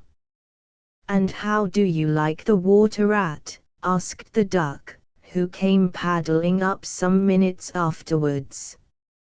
He has a great many good points, but for my own part I have a mother's feelings, and I can never look at a confirmed bachelor without the tears coming into my eyes. I am rather afraid that I have annoyed him, answered the linnet. The fact is, that I told him a story with a moral. Ah, that is always a very dangerous thing to do, said the duck. And I quite agree with her. Water Rat's Tail Hans walking the remarkable rocket Firecracker Prince, the remarkable rocket, the king's son was going to be married, so there were general rejoicings. He had waited a whole year for his bride, and at last she had arrived. She was a Russian princess, and had driven all the way from Finland in a sledge drawn by 6 reindeer. The sledge was shaped like a great golden swan, and between the swan's wings lay the little princess herself. Her long ermine cloak reached right down to her feet, on her head was a tiny cap of silver tissue, and she was as pale as the snow palace in which she had always lived. So pale was she that as she drove through the streets all the people wondered. "She is like a white rose," they cried, and they threw down flowers on her from the balconies. At the gate of the castle the prince was waiting to receive her. He had dreamy violet eyes, and his hair was like fine gold. When he saw her he sank upon one knee, and kissed her hand. "Prince and bride, your picture was beautiful," he murmured, "but you are more beautiful than your picture," and the little princess blushed. "She was like a white rose before," said a young page to his neighbor, "but she is like a red rose now," and the whole court was delighted. See caption: The Russian princess. For the next 3 days everybody went about saying, "White rose, red rose, red rose, white rose," and the king gave orders that the page's salary was to be doubled. As he received no salary at all, this was not of much use to him, but it was considered a great honor, and was duly published in the court gazette. When the 3 days were over the marriage was celebrated. It was a magnificent ceremony, and the bride and bridegroom walked hand in hand under a canopy of purple velvet embroidered with little pearls. Then there was a state banquet, which lasted for 5 hours. The prince and princess sat at the top of the great hall and drank out of a cup of clear crystal. Only true lovers could drink out of this cup, for if false lips touched it, it grew grey and dull and cloudy. "It is quite clear that they love each other," said the little page, "as clear as crystal," and the king doubled his salary a second time. "What an honor!" cried all the courtiers. After the banquet there was to be a ball.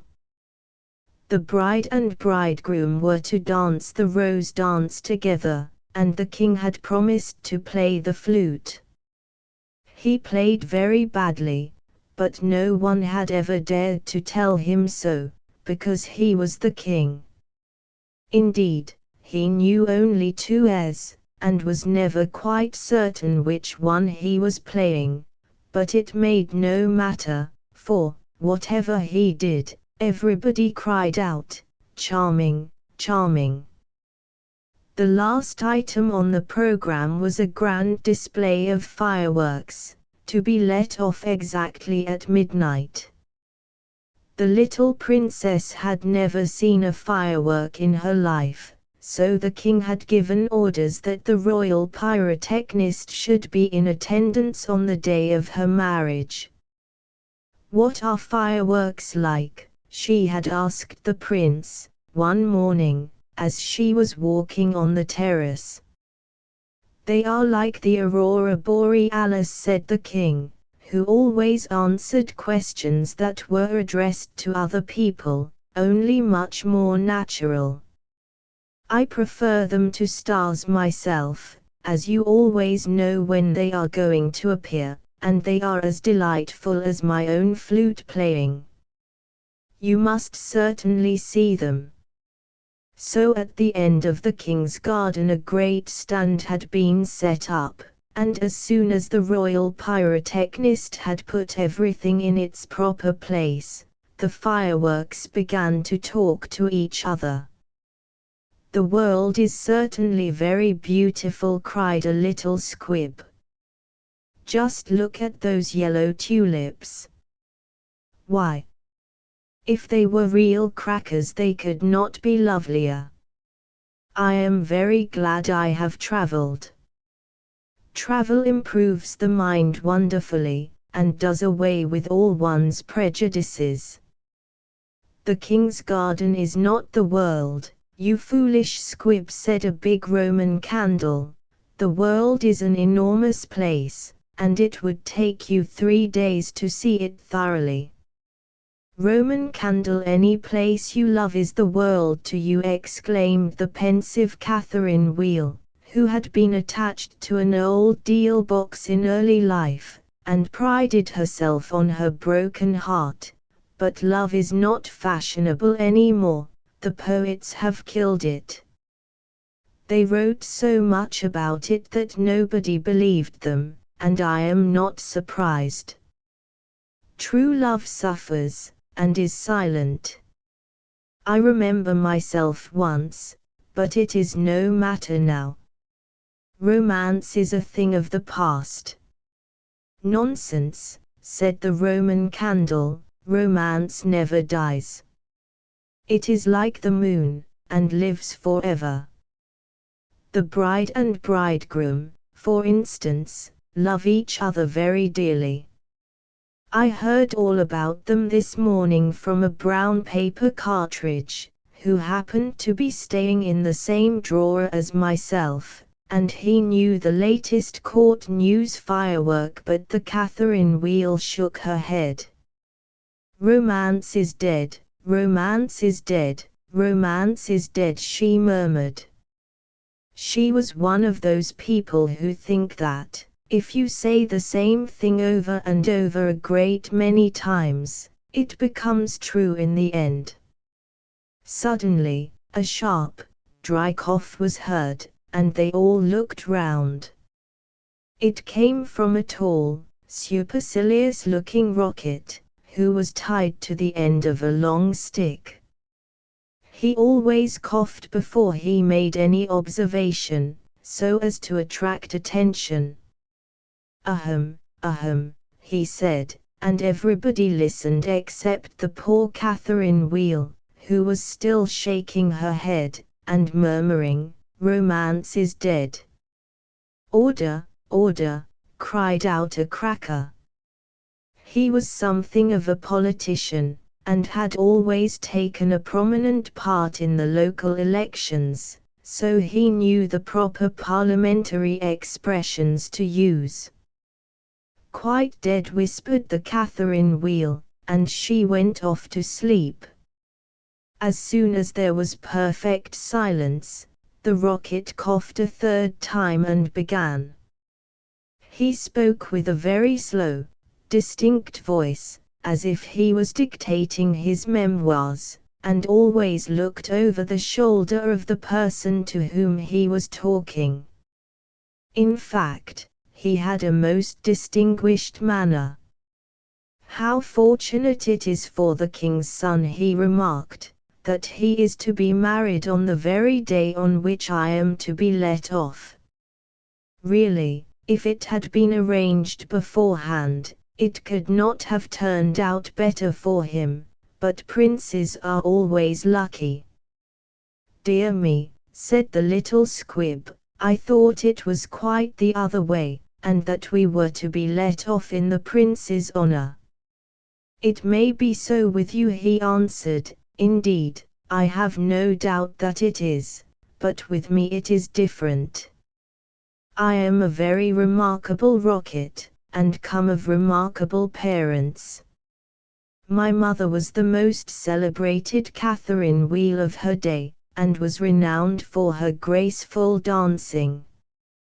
When she made her great public appearance, she spun round 19 times before she went out, and each time that she did so she threw into the air 7 pink stars. She was 3.5 feet in diameter, and made of the very best gunpowder. My father was a rocket like myself, and of French extraction. He flew so high that the people were afraid that he would never come down again. He did, though, for he was of a kindly disposition, and he made a most brilliant descent in a shower of golden rain. The newspapers wrote about his performance in very flattering terms. Indeed, the Court Gazette called him a triumph of pyrotechnic art. Pyrotechnic, pyrotechnic, you mean, said a Bengal light. I know it is pyrotechnic, for I saw it written on my own canister. Well, I said pyrotechnic, answered the Rocket, in a severe tone of voice, and the Bengal light felt so crushed that he began at once to bully the little squibs, in order to show that he was still a person of some importance. I was saying, continued the Rocket, I was saying, what was I saying? You were talking about yourself, replied the Roman Candle. Of course, I knew I was discussing some interesting subject when I was so rudely interrupted. I hate rudeness and bad manners of every kind, for I am extremely sensitive. No one in the whole world is so sensitive as I am quite sure of that. What is a sensitive person? Said the Cracker to the Roman Candle. Exploding firework, a person who, because he has corns himself, always treads on other people's toes, answered the Roman Candle in a low whisper, and the Cracker nearly exploded with laughter. Pray, what are you laughing at? Inquired the Rocket. I am not laughing. I am laughing because I am happy, replied the Cracker.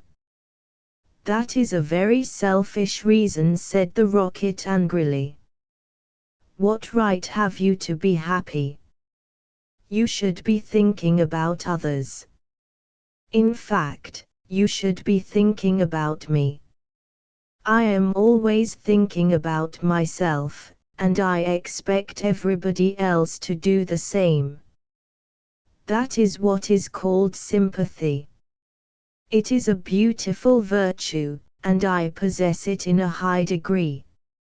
Suppose, for instance, anything happened to me tonight, what a misfortune that would be for everyone. The prince and princess would never be happy again, their whole married life would be spoiled, and as for the king, I know he would not get over it. Really, when I begin to reflect on the importance of my position, I am almost moved to tears.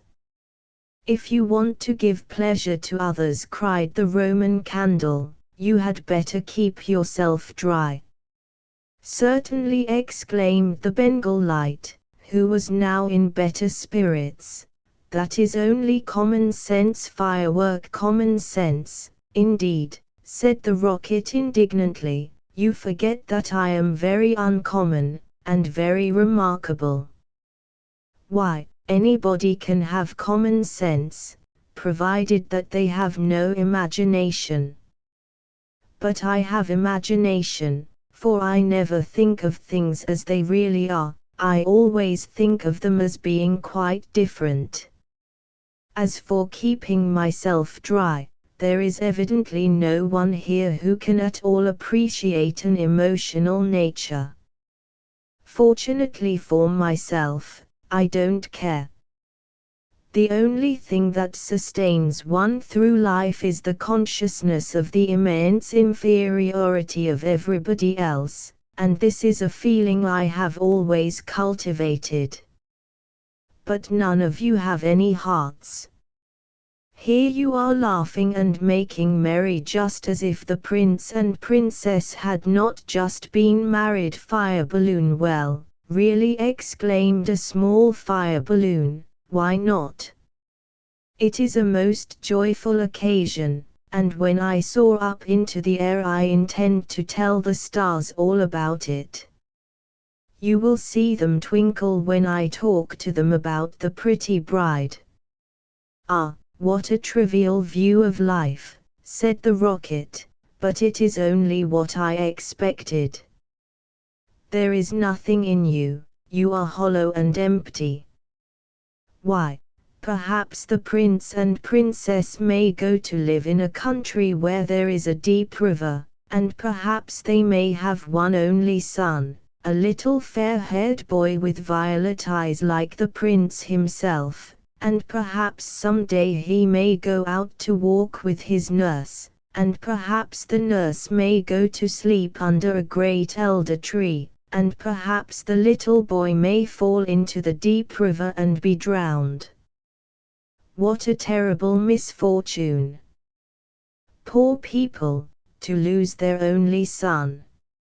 It is really too dreadful. I shall never get over it. But they have not lost their only son, said the Roman candle. No misfortune has happened to them at all. I never said that they had, replied the rocket. I said that they might. If they had lost their only son, there would be no use in saying anything more about the matter. I hate people who cry over spilled milk. But when I think that they might lose their only son, I certainly am much affected. Women on bench, you certainly are, cried the Bengal light. In fact, you are the most affected person I ever met. You are the rudest person I ever met, said the rocket, and you cannot understand my friendship for the prince.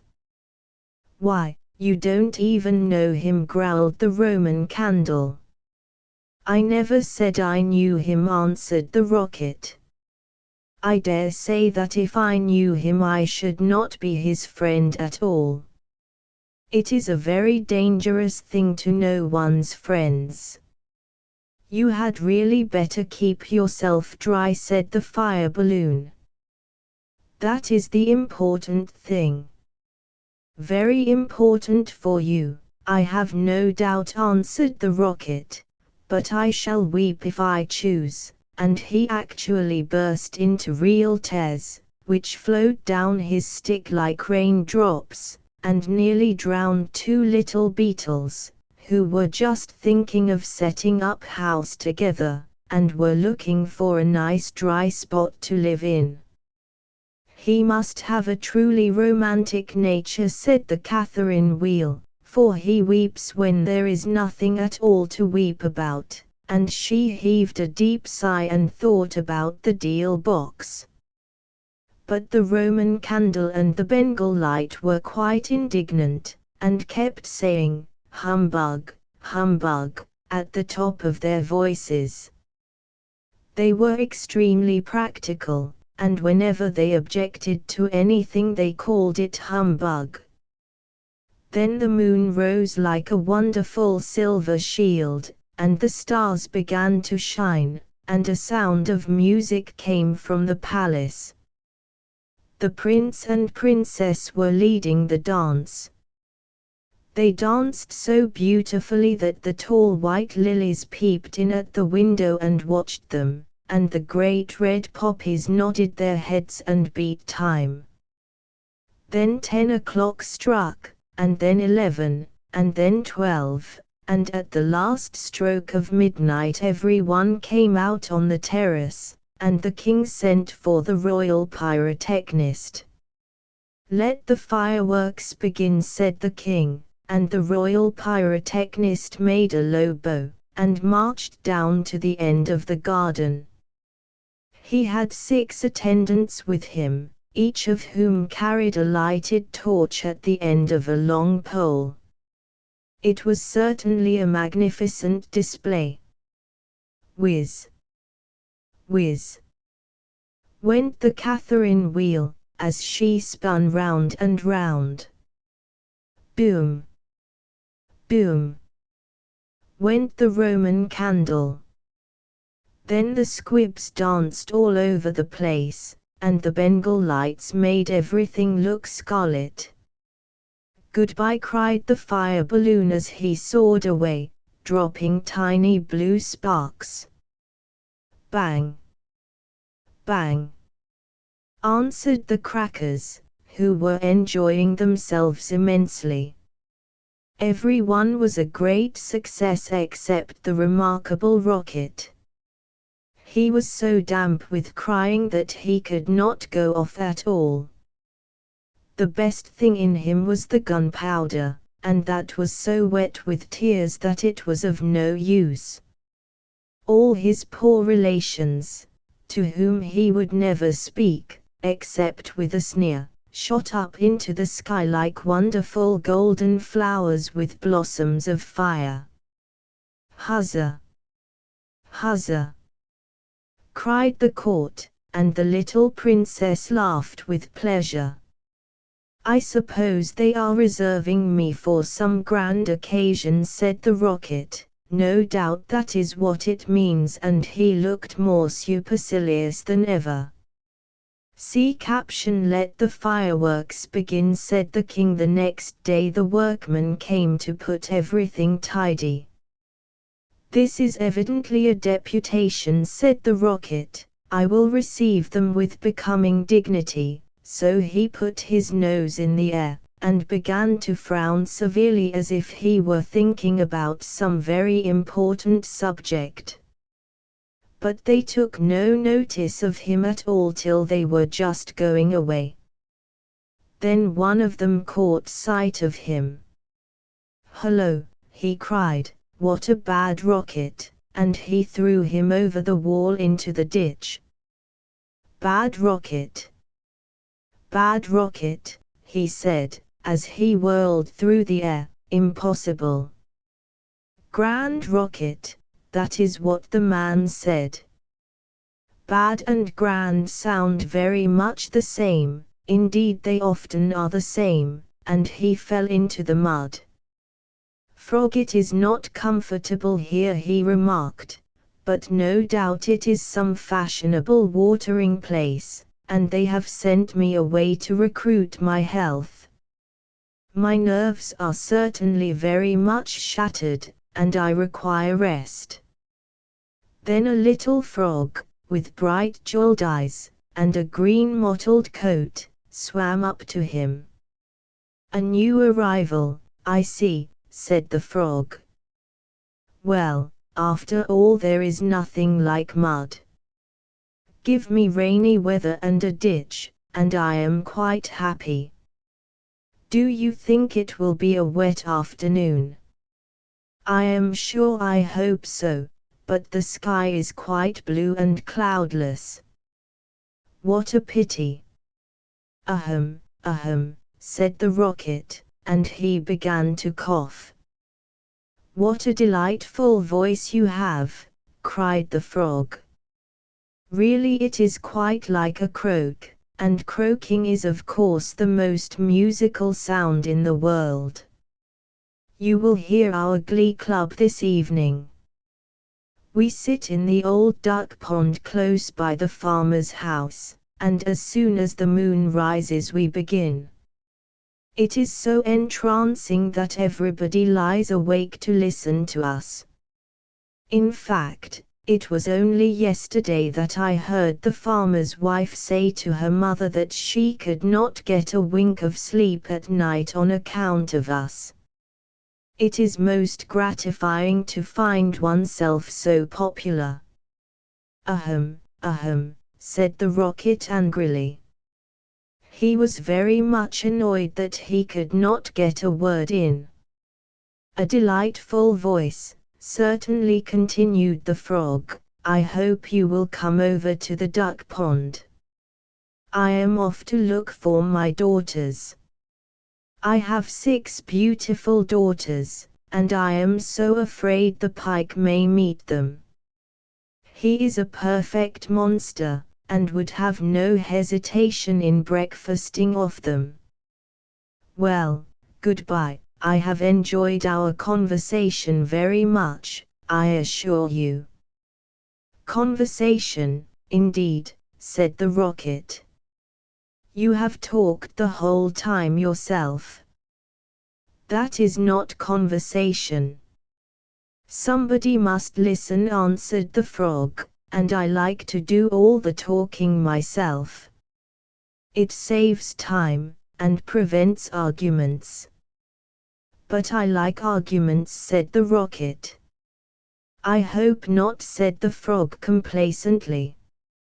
Arguments are extremely vulgar, for everybody in good society holds exactly the same opinions.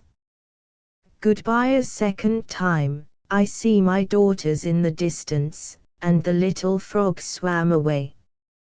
You are a very irritating person, said the rocket, and very ill-bred. I hate people who talk about themselves, as you do, when one wants to talk about oneself, as I do. It is what I call selfishness, and selfishness is a most detestable thing, especially to anyone of my temperament, for I am well known for my sympathetic nature. In fact, you should take example by me, you could not possibly have a better model.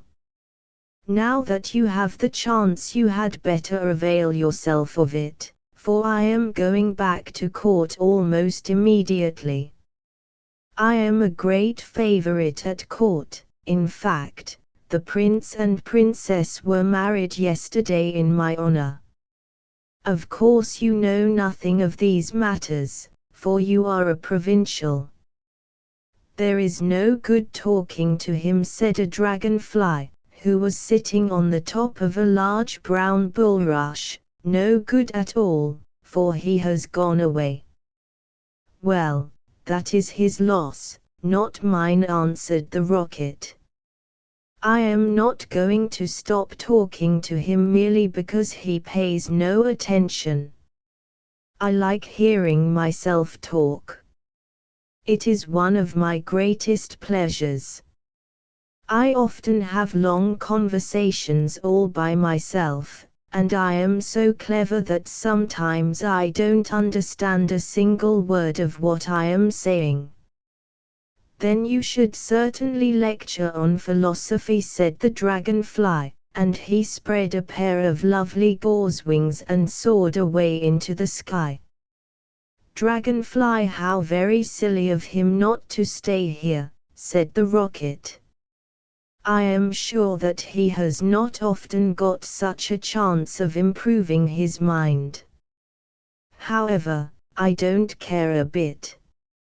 Genius like mine is sure to be appreciated someday, and he sank down a little deeper into the mud.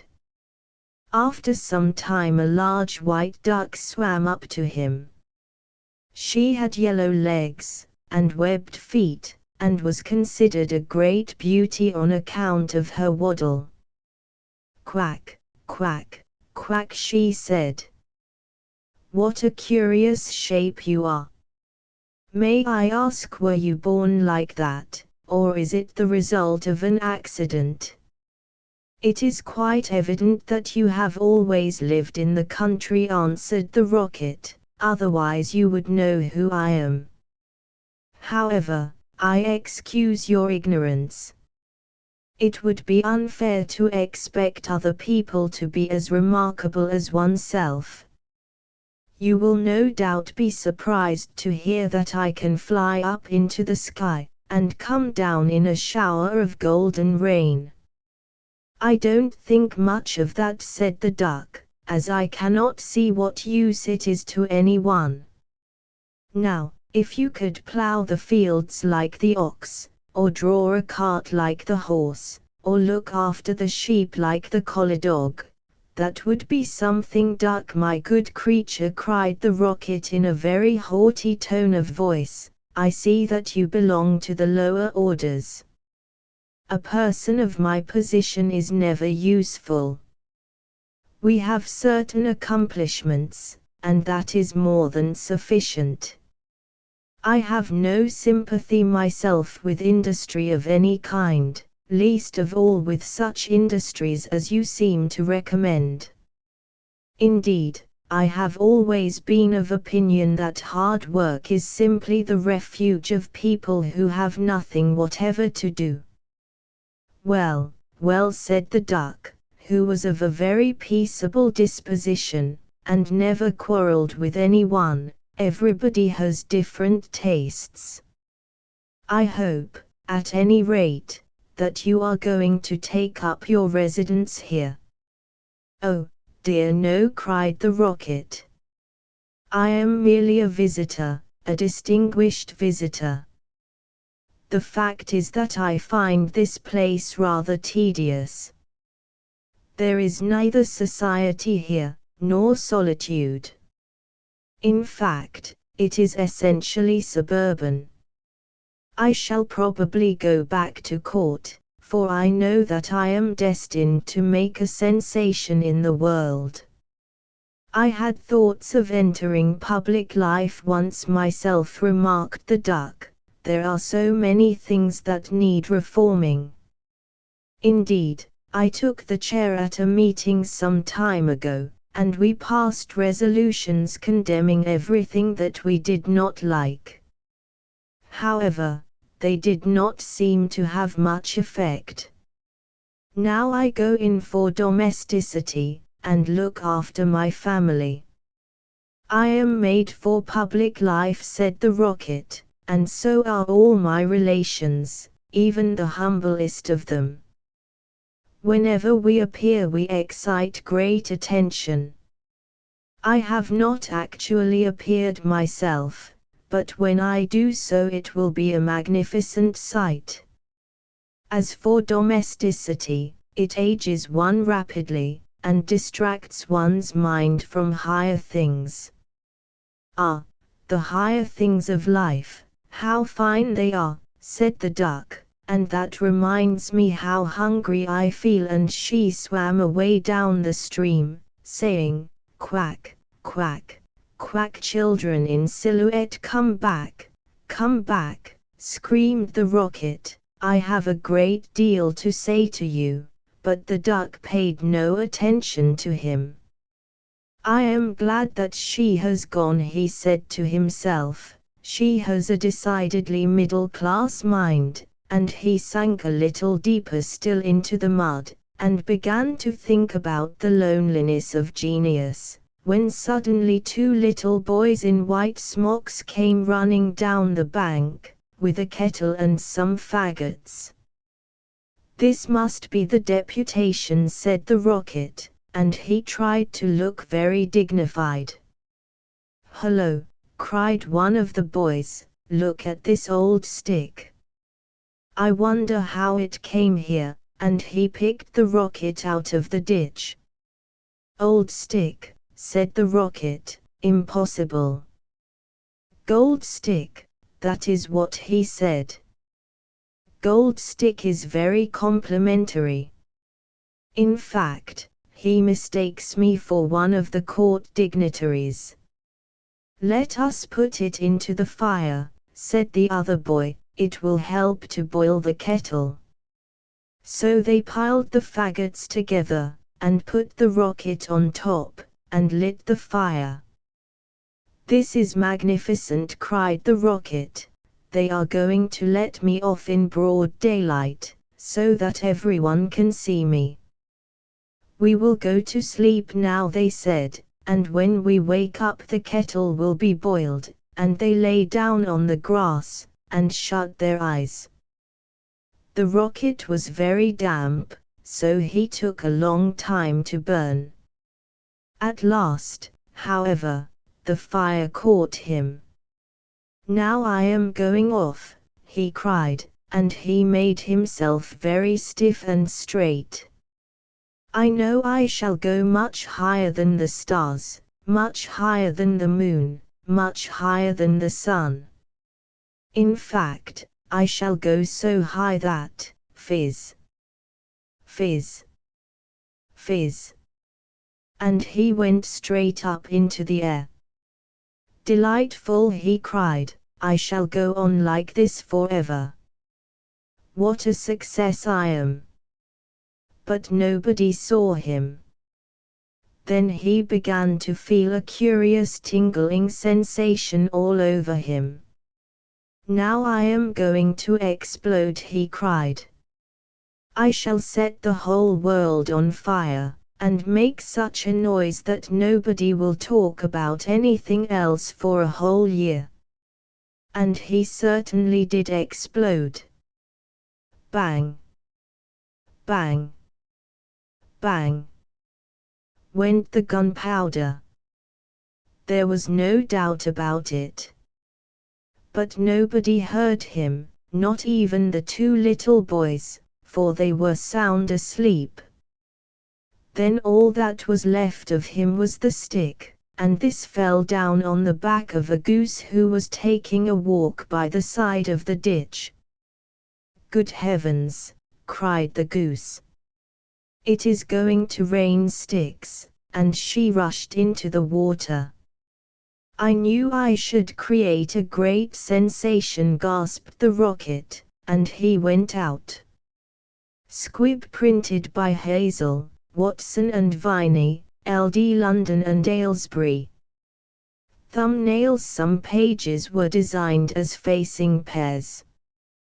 These are the most distinctive ones. Pages 36 to 37. Page image pages 44 to 45, page image pages 46 to 47, page image pages 108 to 109, page image. Asterisk asterisk asterisk. End of the Project Gutenberg ebook The Happy Prince and Other Tales. Asterisk asterisk asterisk. Updated editions will replace the previous one, the old editions will be renamed. Creating the works from print editions not protected by U.S. copyright law means that no one owns a United States copyright in these works, so the Foundation, and you, can copy and distribute it in the United States without permission and without paying copyright royalties. Special rules, set forth in the general terms of use part of this license, apply to copying and distributing Project Gutenberg trademark symbol electronic works to protect the Project Gutenberg trademark symbol concept and trademark. Project Gutenberg is a registered trademark, and may not be used if you charge for an ebook, except by following the terms of the trademark license, including paying royalties for use of the Project Gutenberg trademark. If you do not charge anything for copies of this ebook, complying with the trademark license is very easy. You may use this ebook for nearly any purpose, such as creation of derivative works, reports, performances and research. Project Gutenberg ebooks may be modified and printed and given away. You may do practically anything in the United States with ebooks not protected by U.S. copyright law. Redistribution is subject to the trademark license, especially commercial redistribution. Start. Full license. The full Project Gutenberg license. Please read this before you distribute or use this work to protect the Project Gutenberg trademark symbol mission of promoting the free distribution of electronic works. By using or distributing this work, or any other work associated in any way with the phrase Project Gutenberg, you agree to comply with all the terms of the full Project Gutenberg trademark symbol license available with this file or online at www.gutenberg.org/license. Section 1. General Terms of Use and Redistributing Project Gutenberg Trademark Symbol Electronic Works 1.0.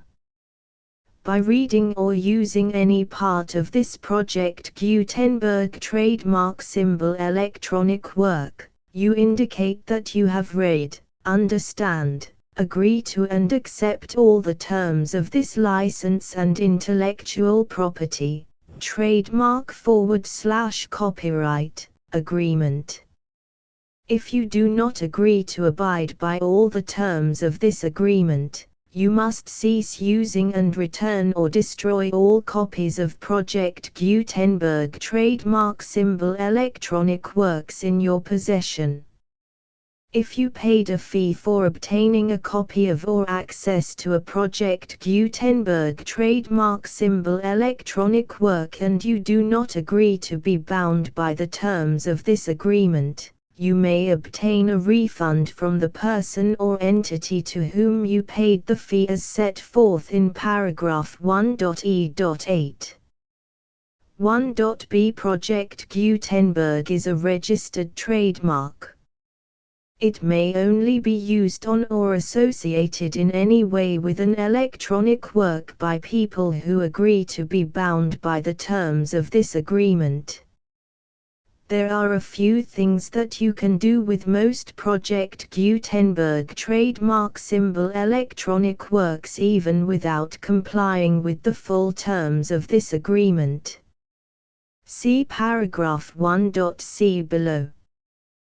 There are a lot of things you can do with Project Gutenberg trademark symbol electronic works if you follow the terms of this agreement and help preserve free future access to Project Gutenberg trademark symbol electronic works. See paragraph 1.e below. 1.c The Project Gutenberg Literary Archive Foundation, the Foundation or PGLAF, owns a compilation copyright in the collection of Project Gutenberg trademark symbol electronic works. Nearly all the individual works in the collection are in the public domain in the United States. If an individual work is unprotected by copyright law in the United States and you are located in the United States, we do not claim a right to prevent you from copying, distributing, performing, displaying or creating derivative works based on the work as long as all references to Project Gutenberg are removed. Of course, we hope that you will support the Project Gutenberg trademark symbol mission of promoting free access to electronic works by freely sharing Project Gutenberg trademark symbol works in compliance with the terms of this agreement for keeping the Project Gutenberg trademark symbol name associated with the work. You can easily comply with the terms of this agreement by keeping this work in the same format with its attached full Project Gutenberg trademark symbol license when you share it without charge with others. 1.d The copyright laws of the place where you are located also govern what you can do with this work. Copyright laws in most countries are in a constant state of change.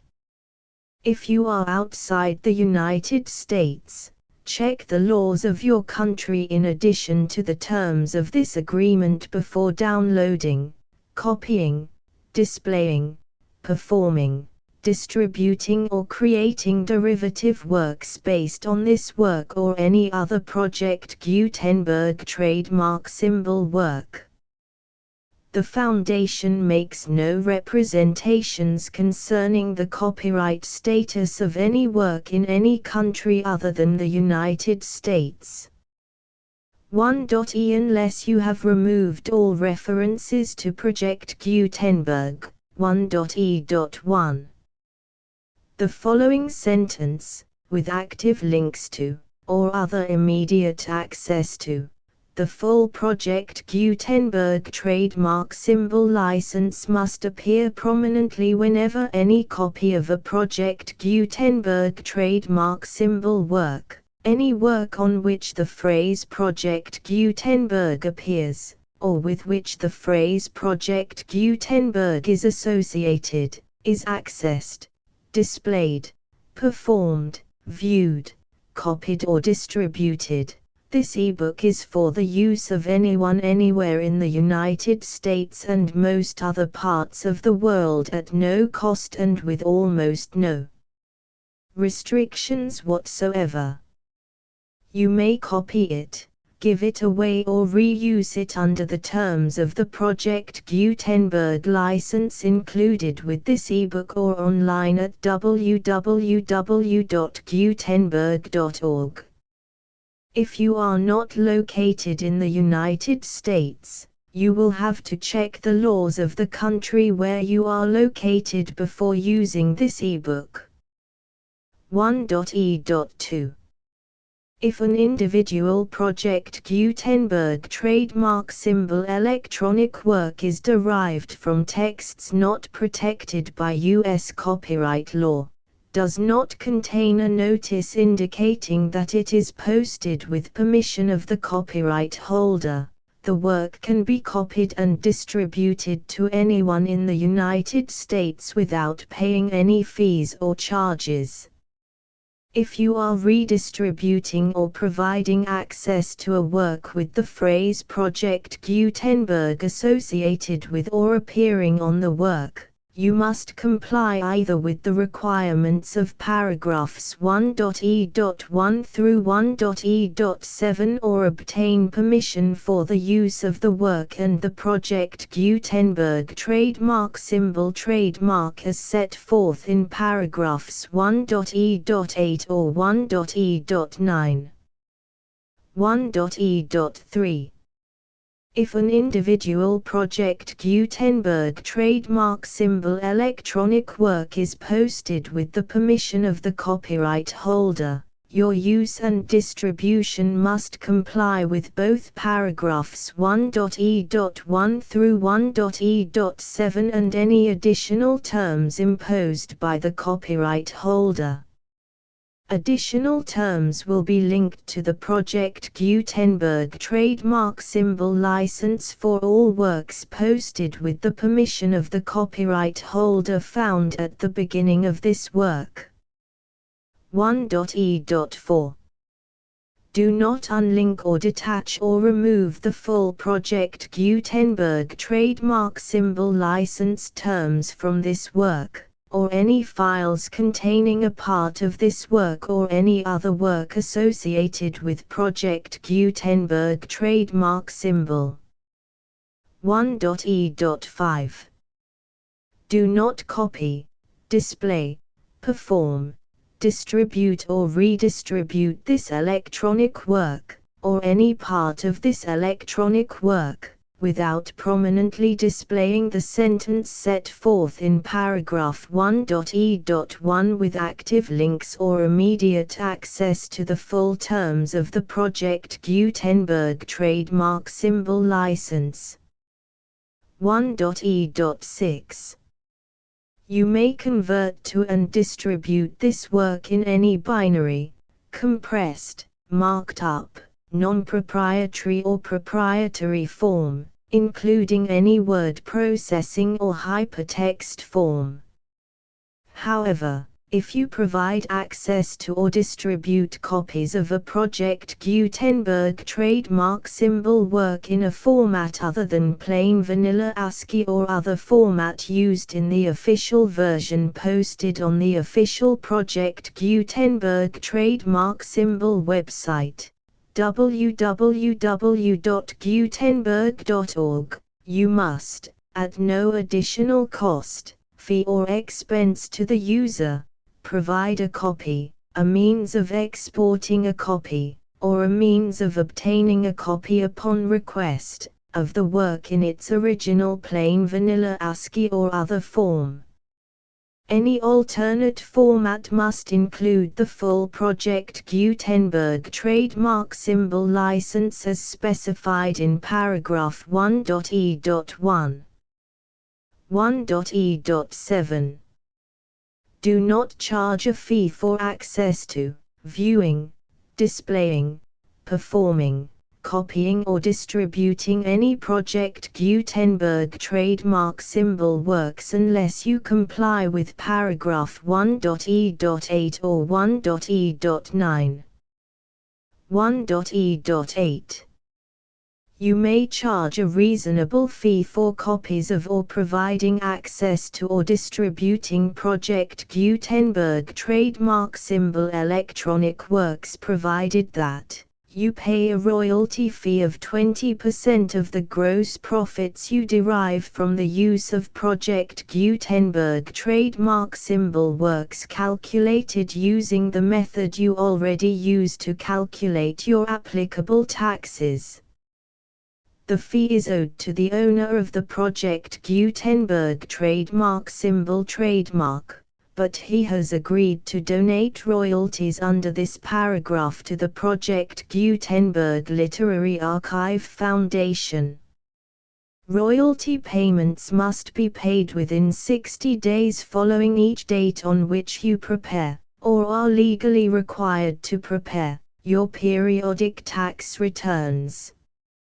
Royalty payments should be clearly marked as such and sent to the Project Gutenberg Literary Archive Foundation at the address specified in Section 4. Information about donations to the Project Gutenberg Literary Archive Foundation.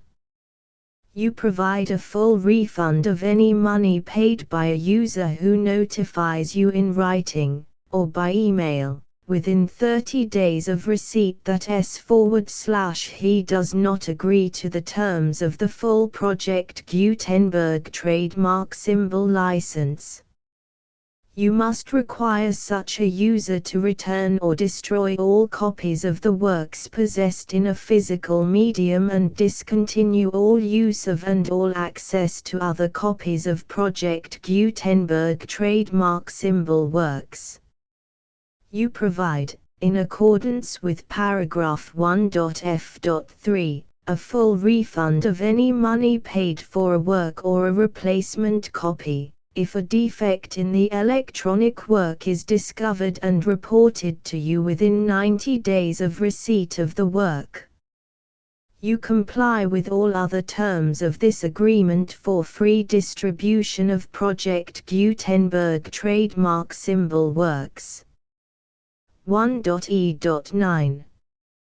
If you wish to charge a fee or distribute a Project Gutenberg trademark symbol electronic work or group of works on different terms than are set forth in this agreement, you must obtain permission in writing from the Project Gutenberg Literary Archive Foundation, the manager of the Project Gutenberg trademark symbol trademark. Contact the Foundation as set forth in Section 3 below. 1.f1.f.1. Project Gutenberg volunteers and employees expend considerable effort to identify, do copyright research on, transcribe and proofread works not protected by U.S. copyright law in creating the Project Gutenberg trademark symbol collection. Despite these efforts, Project Gutenberg trademark symbol electronic works, and the medium on which they may be stored, may contain defects such as, but not limited to, incomplete, inaccurate or corrupt data, transcription errors, a copyright or other intellectual property infringement, a defective or damaged disk or other medium, a computer virus, or computer codes that damage or cannot be read by your equipment. 1.f.2. Limited warranty, disclaimer of damages, except for the right of replacement or refund described in paragraph 1.f.3, the Project Gutenberg Literary Archive Foundation, the owner of the Project Gutenberg trademark symbol trademark, and any other party distributing a Project Gutenberg trademark symbol electronic work under this agreement, disclaim all liability to you for damages, costs and expenses, including legal fees. You agree that you have no remedies for negligence, strict liability, breach of warranty or breach of contract except those provided in paragraph 1.f.3. You agree that the foundation, the trademark owner, and any distributor under this agreement will not be liable to you for actual, direct, indirect, consequential, punitive or incidental damages even if you give notice of the possibility of such damage. 1.f.3. Limited right of replacement or refund. If you discover a defect in this electronic work within 90 days of receiving it, you can receive a refund of the money, if any, you paid for it by sending a written explanation to the person you received the work from. If you received the work on a physical medium, you must return the medium with your written explanation. The person or entity that provided you with the defective work may elect to provide a replacement copy in lieu of a refund. If you received the work electronically, the person or entity providing it to you may choose to give you a second opportunity to receive the work electronically in lieu of a refund. If the second copy is also defective, you may demand a refund in writing without further opportunities to fix the problem. 1.f.4. Except for the limited right of replacement or refund set forth in paragraph 1.f.3, this work is provided to you as is, with no other warranties of any kind, express or implied, including but not limited to warranties of merchantability or fitness for any purpose. 1.f.5. Some states do not allow disclaimers of certain implied warranties or the exclusion or limitation of certain types of damages. If any disclaimer or limitation set forth in this agreement violates the law of the state applicable to this agreement, the agreement shall be interpreted to make the maximum disclaimer or limitation permitted by the applicable state law. The invalidity or unenforceability of any provision of this agreement shall not void the remaining provisions. 1.f.6. Indemnity. You agree to indemnify and hold the foundation, the trademark owner, any agent or employee of the foundation, anyone providing copies of Project Gutenberg trademark symbol electronic works in accordance with this agreement, and any volunteers associated with the production, promotion and distribution of Project Gutenberg trademark symbol electronic works, harmless from all liability, costs and expenses, including legal fees, that arise directly or indirectly from any of the following which you do or cause to occur. A. Distribution of this or any Project Gutenberg trademark symbol work. B. Alteration, modification, or additions or deletions to any Project Gutenberg trademark symbol work, and C. Any defect you cause. Section 2. Information about the mission of Project Gutenberg trademark symbol. Project Gutenberg trademark symbol is synonymous with the free distribution of electronic works in formats readable by the widest variety of computers, including obsolete, old, middle-aged and new computers. It exists because of the efforts of hundreds of volunteers and donations from people in all walks of life. Volunteers and financial support to provide volunteers with the assistance they need are critical to reaching Project Gutenberg trademark symbol's goals and ensuring that the Project Gutenberg trademark symbol collection will remain freely available for generations to come. In 2001, the Project Gutenberg Literary Archive Foundation was created to provide a secure and permanent future for Project Gutenberg trademark symbol and future generations. To learn more about the Project Gutenberg Literary Archive Foundation and how your efforts and donations can help, see sections 3 and 4 and the Foundation information page at www.gutenberg.org. Section 3. Information about the Project Gutenberg Literary Archive Foundation. The Project Gutenberg Literary Archive Foundation is a non-profit 501(c)(3) educational corporation organized under the laws of the state of Mississippi and granted tax-exempt status by the Internal Revenue Service.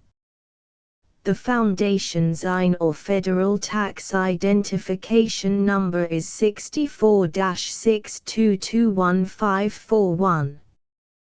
Contributions to the Project Gutenberg Literary Archive Foundation are tax-deductible to the full extent permitted by U.S. federal laws and your state's laws.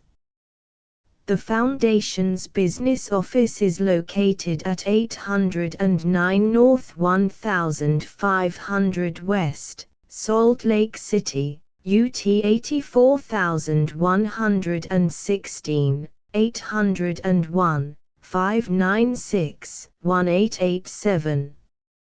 Email contact links and up-to-date contact information can be found at the Foundation's website and official page at www.gutenberg.org/contact section 4. Information about donations to the Project Gutenberg Literary Archive Foundation. Project Gutenberg trademark symbol depends upon and cannot survive without widespread public support and donations to carry out its mission of increasing the number of public domain and licensed works that can be freely distributed in machine-readable form accessible by the widest array of equipment including outdated equipment. Many small donations, $1 to $5,000, are particularly important to maintaining tax-exempt status with the IRS. The Foundation is committed to complying with the laws regulating charities and charitable donations in all 50 states of the United States. Compliance requirements are not uniform and it takes a considerable effort, much paperwork and many fees to meet and keep up with these requirements. We do not solicit donations in locations where we have not received written confirmation of compliance. To send donations or determine the status of compliance for any particular state, visit www.gutenberg.org/donate. While we cannot and do not solicit contributions from states where we have not met the solicitation requirements, we know of no prohibition against accepting unsolicited donations from donors in such states who approach us with offers to donate. International donations are gratefully accepted, but we cannot make any statements concerning tax treatment of donations received from outside the United States. U.S. laws alone swamp our small staff. Please check the Project Gutenberg web pages for current donation methods and addresses. Donations are accepted in a number of other ways including checks, online payments and credit card donations. To donate, please visit www.gutenberg.org/donate. Section 5. General information about Project Gutenberg trademark symbol electronic works. Professor Michael S. Hart was the originator of the Project Gutenberg trademark symbol concept of a library of electronic works that could be freely shared with anyone. For 40 years, he produced and distributed Project Gutenberg trademark symbol ebooks with only a loose network of volunteer support. Project Gutenberg trademark symbol ebooks are often created from several printed editions, all of which are confirmed as not protected by copyright in the US unless a copyright notice is included. Thus, we do not necessarily keep ebooks in compliance with any particular paper edition. Most people start at our website, which has the main PG search facility, www.gutenberg.org. This website includes information about Project Gutenberg trademark symbol, including how to make donations to the Project Gutenberg Literary Archive Foundation, how to help produce our new ebooks, and how to subscribe to our email newsletter to hear about new ebooks.